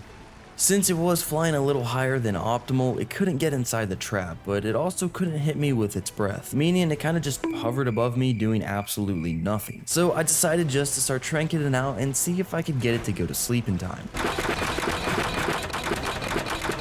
Bro, this is taking so long. Dude, I've been doing this since the dawn of time and I'm only halfway there. The torpor stat itself wasn't insanely high, however this dragon had damage reduction for some reason, so my tranks weren't doing the maximum amount of torpor that they probably could have. So the tranking process continued well into day 75. Bang, dude, finally. The only saving grace I had while knocking this thing out was the fact that it did not start torpor running. Instead, it just kept on trying to get me, I guess. A foolish mistake on the dragon's end. Anyway, I fed it the Azure Essence and it soon woke up tamed, ready for me to take it out on a test drive. How strong is this thing? What is water attack? It's just making water noises? Just making water noises? What's happening? Alright, why is the water noise not going away? Alright, this is being very annoying. I put the Hydro Dragon into a cryopod to save my and your guys' ears before picking up the trap as well. So I then headed back home and I could chill out after the sequence of events that I have just gone through. Yo! Who's this dude in my base? Good thing I noticed, bro. Okay, so it is day 75 here, as you all can see, and I think I'm gonna spice up the video a little bit. I'm gonna throw in another challenge. On day 100, I've decided that I'm gonna spawn in the Alpha Dragon. As I was saying, I think Dragonkin can actually go into caves. Yes, can fly in caves. So I think that would be a good caving creature. So how do I make a Dragonkin or a Dragonborn Essence? I think that's what it's called. So Crimson Crystal, how do I get that? The Dragon Bones aren't crazy hard. You just gotta kill a bunch of dragons. Looking into the guide, the Crimson Crystals dropped from a boss called the Thunder Plague Pyro Wyvern, which is summoned in the Draconic Portal. What? What's the Draconic Portal? Oh wow, that's a lot of stone. Okay, how much stone do I have? I'm gonna need some more. But yeah, I think once we get the Dragonkin, it'll be super easy to get all the artifacts. And then it's really just tributes, which really aren't a problem, they just take time to get. But first, the Draconic Portal. I put in some overtime with my Dodic to get all the stone, and I then grabbed a bunch to craft the shrine. Oh no, I didn't mean to make that. Luckily, I still had enough stone left to craft the actual portal. Whoa, this thing is massive. All right, I'll place it right here. Summon. You know, maybe I don't want to put it right here. Okay, so I need to summon Thunder Plague Pyro Wyvern. So I need Artifact of the Skylord and then the Hunter and then 5 of each talon. Okay, that's not bad. With the requirements noted, I picked the portal back up and hopped on Toothless to go out and start getting them. I made my way over to the Skylord cave on day 76, and I headed right in with my compound bow out, ready to take care of any cave dwelling critters that might cross my path. Let's not die to death spikes here. I do have this worm on my back, so supposedly I should just be able to fly. I also had the grappling hook crossbow, so I made sure to utilize it to get the artifact. Get me out of here. Oh, this worm is so nice. I would like to leave, thank you very much. Let's go get the artifact of the hunter. Shouldn't be crazy hard, I bet I can just fly through with the worm. I parked Toothless out at the front of the cave and headed right in. I did have to fight a few of the local inhabitants, but they couldn't really do anything to me since I could just fly up with the worm and rain arrows down on them from above. There we go, second artifact knocked out. Now I just need to get 5 of each talon. Shouldn't be too hard. That being said, I marked the wyverns on the Dino Finder and made my way back to Toothless so I could start hunting them down. After taking out the first batch, I noticed a wyvern corn spawned, so I flew out to check it out and see its draconic essence requirements. Yeah, this thing would have to stay a future problem for future me. So on day 77, I continued the hunt for wyverns until I had 5 of each talon that I needed. Okay. Got everything I need to summon that one dragon. I forget his name. Thunder something. So let's heal up Toothless, and I think I'll definitely use him to take it down. Once healed, I flew all the way out to the island by the red obelisk. Pretty much as far away from base as possible in case things really go south. There, I placed the portal down again, and I admired it for a second before getting ready to fight this boss. So I've got the shrine placed down here. Summon Thunder Plague Pyro Wyvern, and really have no idea what the stats are gonna be, but Toothless here is pretty strong. Surely we're okay. Alright, that. Oh, what? There's music? I don't like that clock countdown. What is happening? Why does he have 1.2 million health? Why am I taking damage? What? He can't. Okay, I don't think he can leave the bubble. Okay, I can hit him outside the bubble. I mean, I'm doing damage to him. A storm. Why is this guy narrating, bro? 1.2 million health was a bit ridiculous though, and the lightning blast from Toothless was barely even scratching it. I almost want to try my Bloodstorm Dragon. I feel like that might be a good move. Alright, surely it doesn't despawn, right? Dude, all this just to tame a Dragonkin? This is insane. Dragonkins better be strong, man. This isn't even the dragon boss that I'm trying to defeat. I didn't realize it'd be this strong. Anywho, I made it back to base and cryoed my rejuvenating dragon as well as the Bloodstorm one before flying back to the island. Alright, is he still here? Hope he is. Where's the giant circle of death? Did it just despawn? Nah. Oh, no, okay, there it is. Okay, also, does it heal? No, I don't think it heals much. Alright, let's try this thing. So I think I'm gonna have to be like in the circle with it, but as long as I'm close to it, I think I'll be doing a lot of damage. Oh, it has multiple heads. Alright, why am I not draining blood like I thought I would? Oh wait, probably because I need to use the breath attack. It's really not doing as much as I had hoped. What do I do? Toothless was just the better option for this fight, so I swapped back over to him, but even that wasn't a viable option since this thing just had so much health. I mean, I'm doing damage, man, but like, nothing. Bro, how am I supposed to kill this? I want to try one more thing. I want to try whistling the Bloodstorm Dragon into, I don't know, into fight it and then pulling it away before it dies. Because it melted my Drakyros when I was taming it. I first healed it back up and then allowed special attacks in its settings. Then I went back into the death bubble to whistle attack on the boss. Oh, he's destroying him. Come on.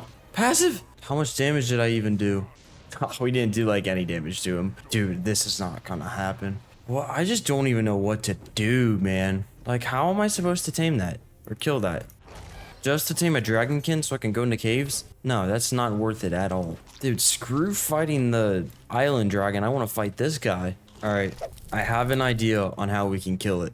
I think normal base game wyverns. I think that's how I'm going to be able to... If I can get an army of lightning wyverns, we're going to kill that. Screw everything else in the video. I'm bound and determined to kill this guy. So I think an army of lightning wyverns, and we can get saddles for them so they'll take less damage, and we could probably upgrade them as well. Okay, this could be the move. This very well could be the move. Screw taming other dragons. I need to kill this guy just for my ego. And surely that alone will establish Kipper as king of the dragons. Sounds like a pretty good plan to me. So when I returned back to base, I parked my Bloodstorm Dragon and I looked at my Lightning Wyvern, which was a female. This means I'm gonna have to go out and find a male breeding partner if I wanted to breed up an army of them. Alright, are there any male Lightning Wyverns? There's one. It's level 55. No. Okay. I'm gonna go kill that to clear out the spawns. Maybe we can get one to spawn in. And then I need to make like a giant hatching area. Dude, having some ice wyverns in there wouldn't be the worst thing either. It could slow them down. So after taking care of the single lightning wyvern on the map, I flew back home to look at my ice wyvern too, and it turns out that's a female as well. Okay, so I think I need a male of each. Oh, here we go. Need some more tranks here. With those crafted, I could head out and get the attention of the lightning wyvern first so I could kite it back up to the volcano. I forgot to make draconic essence, dude. Oh man. So I had to fly back home and hop on Perry to do just a little bit of lawn mowing for the 2 pieces of draconic essence. Then when I returned, I finished tranking out the lightning wyvern and it soon tamed up. Terrible lightning wyvern, man. Onto the ice wyvern next. Kiting this one was a bit more annoying as it was farther away from the volcano and it kept breathing frost on me, slowing me down. Once I had it trapped, I knocked it out, fed it, and then cryoed it after it tamed. Now that I have those 2 breeders, I flew back home to start work on the army, but I first had to actually breed out the good stats onto 1 wyvern. Put these foundations in to block off these bushes spawning back in because I'm probably gonna be filling up this area with a lot of wyverns. On day 81, I cleared a bunch of bushes in the area and then placed foundations, and I got all the wyverns breeding. 46 health? This is terrible. Awful. On day 82, I finally had a full-grown lightning wyvern with the good stats as well. So I enabled mating on that, and I now could actually start raising multiple wyverns at a time for the actual army. I also made another feeding trough for them and flew down to the beach to source up a bunch more meat from the locals. A Drakyros? Hold up, I want to kill that. Oh, it's gonna be fast. Oh! And by complete accident, I found out that Toothless could actually land in the water and then even swim. Oh, it can swim? What? It can swim? Anyways, I packed up the Alpha Drakyros and I got something called the Bond Token. Oh, what did I get? What is this? Bond Token? Can only be used on your established deeper connection forming a bond that grants powerful benefits. Okay. Let's use it on my Toothless. So how does this work? I have it, but I can't force feed it. Bond abilities, establish bond. Okay, I used it. I don't know what that did. It doesn't look like it changed the stats. I don't know what this did. Oh wait, Drakyros bond. Like I have the effect, but what's it do? It didn't change my stats. Okay, I reached out to the mod creator because I actually like want to know what the bond does. Oh wait. Now harness mythical abilities? Like, what does that even mean? I don't know. I reached out to the mod creator because I want to see what it actually does. We'll see if he answers back in time, though. Alright, we should start saddling up and cryoing these wyverns. Gonna need to put a bunch of levels in them. After cryoing the grown ones, I threw another batch of wyvern eggs out to hatch and imprint. Now, some of the babies requested wyvern milk for imprint, so on day 83, I actually headed out to trank out a low-level female lightning wyvern so I could actually supply their needs. Oh, what? They're already grown up? What? Whatever. Alright, I need to start crafting up saddles. So they're pretty cheap. I grabbed a bunch of resources I would need for the saddles, then farmed some more fiber and loaded the Draconic Shrine up. I need to go get a good supply of chitin and or keratin. It might be worth to tame a Megatherium. I got veggie cakes. Take it to the swamp cave. That being said, I grabbed said cakes, some mayho berries, and headed out to find a level 150 Megatherium that I marked on the map. I then cleared out the area around it of any unwanted spectators and then tranked it out. Oh wait, I can just float above this thing with the worm. This makes it so easy. Now, I did bring a bunch of mayho berries, but you can tame these things on raw prime meat as well. So I flew out to get some of that before returning and feeding the Megatherium. And while that tamed, I flew back home to hatch up a few lightning wyvern eggs. By the time I returned, the Megatherium had tamed by now. So I picked it up and brought it home to get a saddle for it, which actually required cementing paste to craft. So I'm gonna have to invest a little bit of it that I do have and actually cough it up. I even had to go out on day 85 to get some more chitin. What is that? Headless Hydra? That thing is terrifying. I can probably tame that. Ghostly Oh, wait. I don't know how to get that. Anyways, flying towards the redwoods, I actually ended up running into the new dino that was just added, being the Acrothosaurus. I have no idea how to say its name. Oh, it's the new Wow, that's the new dino. I kind of, like, I know this is a dragon video, but this is a new dino. I want to tame this. Oh yeah, I remember it doesn't take torpor like normal. I'll have to watch a video on it. I gotta stay on track for now. I eventually found a few buggy boys and turtles, so I killed all of them for their chitin and keratin before flying back home to finally craft the Megatherium saddle. Now, I also need some scuba though for the swamp cave, so I won't die to the poisonous air inside. Unfortunately for that though, I need the whole set including the leggings, being the last piece that I was missing, and I need 40 polymer for that, and I don't have 40 polymer. Bro, are we serious? So if you combine some ghillie pieces with scuba, sometimes you can take less. Oh, I have a Megatherium saddle. Wow, I'm an idiot. I am an idiot. Anyway, as I was saying, sometimes you can combine ghillie with scuba to take less damage in the swamp cave. Let's try that. There's no way I just had this laying around. With the Megatherium saddled and healed up, I flew out to the redwoods and I put on the scuba and ghillie before venturing into the cave to see how bad the poison would actually be. I should only take like 3 damage instead of 30 or 6. Yeah, okay, this will work. I can out heal this. Just gotta be quick. Give me bug love.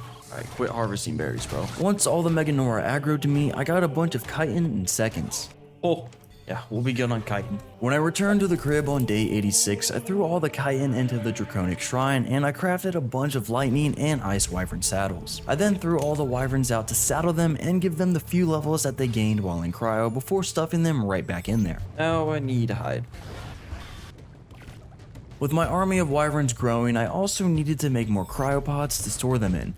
So I grabbed the necessary resources, made a few wooden clubs for malicious purposes, and then headed out towards the snow. Wait for this drop to come down, and then I'll cryo up all the wyverns I have out, and then I'll raise a few more. Then I'm amassing a pretty solid army, but you know, the more the better. Once the drop landed, I crafted a solid 10 cryopods and stored all the grown and saddled wyverns away before throwing out a few more eggs to hatch, imprint, and raise. The growing of my army continued halfway into day 88. Alright, I have 22 wyverns. I just need them to heal and level themselves, and then we can fight the Thunder Pyro dude. In the meantime, I want to tame like other dragons. More specifically, I was looking at the Tidal Dragon.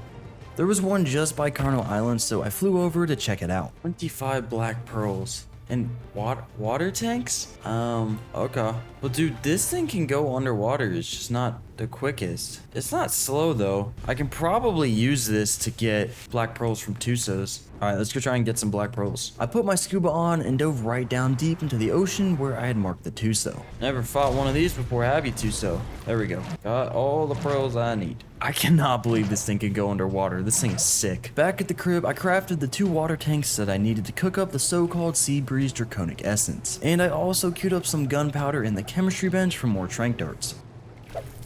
Heading back out to the Tidal Dragon, I shot it with a dart, which made it pretty upset at me. What is this thing? This is not a dragon. Anywho, I knocked it out and it fell right down into the ocean, so I had to dive down after it. Oh, I forgot to bring the... So quick back and forth to base later, I fed the Tidal Dragon, and it instantly tamed up as well, so I hopped right on it to test it out. Oh, it swims fast. Alright, I should be able to fly out of the water, right? What? This thing's cool. Oh, and it can dive? Dude, this thing is not a dragon. I don't know what this is. Dehydrated. Oh, so it needs to be in the water to be better. Anywho, I swam to shore and cryoed it up before flying back home to throw him out in the pond. I'm just gonna put this guy down here in the water. This is where he belongs. Kind of terrifying, I'm not gonna lie. On day 90, I looked into making that ghostly draconic essence again. The one the headless hydra actually eats. Dragon bones. How do I get ghostly dragon bones? There's a bunch of headless hydras on the map. Ancient draconic ancestor. Bro, never mind. I don't know. I kind of want to know what happens when I kill a headless hydra. That being said, I marked one of them on my map and headed out to execute it with Toothless. Really didn't do anything. I also flew over to a wyvern corn, another dragon that I'm yet to tame, and that's because its draconic essence requires a whole 250 rejuvenation crystals. How am I supposed to get 250 rejuvenation crystals? Oh, the volcano's erupting! This is the first time I've seen this, hold up. By the time I even made it over to the volcano, it already stopped, so that's slightly underwhelming. Ancient draconic ancestor. Oh, I need that. I need to kill that. 6332. I quickly headed out to the coordinates that I have been given, and there I found the ancient draconic ancestor. Draconic ancestor, tameable passive. How does this work? I think I have to kill it, and then get bones from it. but it's only got 1k torpor. I'll knock it out and kill it. Being able to knock out a whole boss was pretty weird, and I was about to flame the mod for that until this ended up happening. Dude, this is some kind of crappy mod design. Oh! What? What is this? Oh, wow. What? Toothless! What? Dude, he just snapped Toothless out of existence. Just despawned just like that? Toothless. Alright, well, I guess I gotta get back to base. Good thing I have my worm. Alright, that kind of sounded weird. On day 91, I made my way up to the mountain in the middle of the redwoods, and I quickly farmed up the reusable parachutes so I could jump off and start gliding back towards base. Finally, man. Back home. They're losing my beloved Toothless. So what other Drakyros do I have? So, this. I guess this is the only one I have. I gotta go level this thing up. This thing is pretty buns compared to my old Toothless. It was my only choice though, so I had to give it a name, that being Toothless V2 of course. Anyways, I soon found an Alpha Raptor, so I beamed that for a ton of levels to upgrade the melee damage and the charge multiplier on this guy. I then flew out to the Carno Island as well, where I found a big red Alpha Sausage. Killing that gave me an extra 5 levels, which I put all into charge multiplier before heading back home. On day 92, it was time to deploy my Wyvern army again and give them the few levels they got while in hibernation. Alright, got a bunch of the Wyverns leveled up. I'm gonna just leave them back in cryopod to heal and hopefully get more melee points. I need to go check, dude, the Thunder Pyro Wyvern even there? Surely. Oh, I don't think it's here. My portal was still there, but the giant bubble of death as well as the boss were just gone. Well, it's gone. My goal is still to kill this dude. Thunder Plague Pyro Wyvern. I'm gonna have to gather these things again. So I picked up the portal for the time being and headed out to start collecting the tributes all over again. That is until I got slightly distracted by a Titanosaur, which I wanted to kill for more levels on Toothless V2. I'm gonna kill this Titanosaur just for some extra XP from my Toothless here. It took a solid minute, but on day 93 it finally collapsed and I got a whopping 13 levels. There we go. Okay, time to regather the stuff for the Thunder Plague Wyvern just to have it. I'm gonna need like every talon, aren't I? And I only had a couple of lightning talons lying around, so that meant I had to track a bunch of wyverns on the Dino Finder again and go out and actually kill them. And the hunt continued halfway into day 94 until I got the last few talons that I needed. Alright, let's go get the 2 artifacts again. Since I was already out here in the snow, I stopped by the Skylord Cave and made my way through with the compound bow, making sure to clear out all the bats and spiders that respawned from last time. Why is the fog so bad? With that quick and successful snatch, I hopped back on Toothless V2 and flew back home to restock on metal arrows. And after healing Toothless V2 back up to full health, I set out again to get the artifact of the Hunter as well.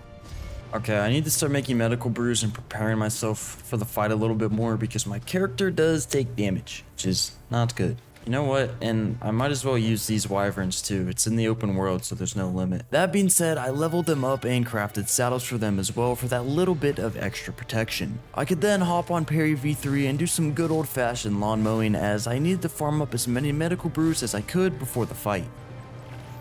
While those were cooking, I made a bit of polymer and I crafted another fridge which I placed next to the grill. And I used this to store away excess cooked meat that I had. Gotta make a few more cryopods. I think I'm just gonna bring like every dragon I have, bro. The boss had an enormous health pool, so any little bit of extra damage could help in the fight. Anywho, I flew up to the snowy mountain nearby and stocked up on crystal before flying back down to check on the penguins as well for that organic polymer. With that acquired, I flew up to the blue obelisk and cleared the terminal of a gang of direwolves before actually crafting a bunch more cryopods and heading home. We're gonna go set up the portal and the wyverns kind of start surrounding the portal so we can try and kill this thing as quick as possible. This time I flew out to the maw and I set the portal up there since I didn't want to do any deforestating that I would have to do if I were to place the boss fight near the red obelisk again. Start throwing out these wyverns. I need to destroy these rocks too, bro. They're gonna get annoying. On that note, I flew back to grab my Dodic and Argies so I could quickly break them. With the area somewhat cleared out now, I placed down a couple of feeding troughs, and I then killed a few locals for raw meat and actually got to deploying the wyverns. I also had to enable special attacks on all of them to make sure they would actually use their lightning and ice breaths during the fight. Dude, what is wrong with my character right now? Anyways, with the entire army of lightning and ice wyverns deployed on day 98, I could head back home once more to grab all the other dragons I would use and say my final goodbyes to my base. Alright, time to heal up these other dragons. I think I'll definitely bring this Elder Dragon. Definitely just bring in the good dragons. That of course includes the Bloodstorm Dragon, the Ember Claw, and a Poison Wyvern that I cryoed just before my base got attacked out of nowhere. Yo! Oh no. Anyways, I cryoed the Sand Dragon, the Crystal, and Elder Wyverns, and then the Hydro Dragon. Oh, I gotta make Kipper a throne. Put him in the middle where all the dragons are housed. Give it a little break-in. And of course, as is usual by now, I played a little bit of basketball with Kipper, trying to align him to sit on his new throne. There we go. Kipper, king of most of my dragons. The rest are in my cryopods, are probably about to die here. And on that note, I flew back out to the mod to deploy the final reinforcements to my army. I am still shocked how this thing runs, bro. It is so goofy, but it's kind of terrifying. Anywho, with the army all set up now, I headed out to gather just a little bit more food for them from the local Bronto population. And then I filled up the troughs to get all the dragons properly fed before their final battle. Okay, it is day 100. As you can see here, the sun is about to rise pretty soon. I have my whole army of dragons that I've amassed. We've got a lot of wyverns and then some modded dragons that should be pretty strong. I mean, these elder wyverns have 35,000 health each. And then of course I'm on Toothless V2, unfortunately. We don't talk about Toothless V1. Anyway, I really got no clue how this is gonna go. I wasn't able to tame all the dragons that I wanted to or defeat the island's dragon boss, but because I set my sights on this dragon instead. I want to be able to take down the Thunder Plague Pyro Wyvern, I don't know, however you pronounce his name. It's got a long name, it needs to die. So we're gonna do that right here, right now. I'm kind of terrified, I'm not gonna lie to you. Oh, I can't even see it. They're just following it. Oh, we're actually kind of melting it. But my Bloodstorm Dragon's already dead? I can't even see it. Where is it? Oh, I'm taking damage. I gotta be careful here. Oh, we're getting destroyed. No. How are you supposed to kill this? Oh, I don't think I took into account that my wyverns hit each other with their own breaths. That's not good. Nah, dude, we're not gonna be able to take this. Why is it taking reduced damage? A lot of my lightning wyverns were still on the boss, absolutely beaming it with their breath, but for some reason it started taking reduced damage. So its health just didn't continue dropping as fast as it was in the start. We were doing so good, now we're not doing any damage to it. Why are we dropping left and right? Just fighting this dude head on. Do something, Elder Wyvern. And just when the fight already looked like it was over, the boss pulled another trick on us just to make sure we really didn't stand a chance against it. What is that? It summoned a minion. It summoned a bunch of minions. What? Elder Wyvern, please do something. Oh, wow. Oh, I might be cooked here. No. How are you supposed to kill this thing? No, Toothless is dead. Oh, can I get on my Elder Wyvern? No, let me on. I can't get on it. Is it shocked? What's going on here? Why can't I get on you? Dude, why is the music still playing? It's literally just taunting me. How are you supposed to kill that boss, bro? It just seems so unbalanced. Well, this video definitely didn't go how I wanted it to, but checking out these dragon mods was definitely a cool experience, and of course they'll be linked down below so you can play them for yourselves. Once again, thank you for watching this far into the video. Make sure to like and comment down below, and I'll see you in the next one.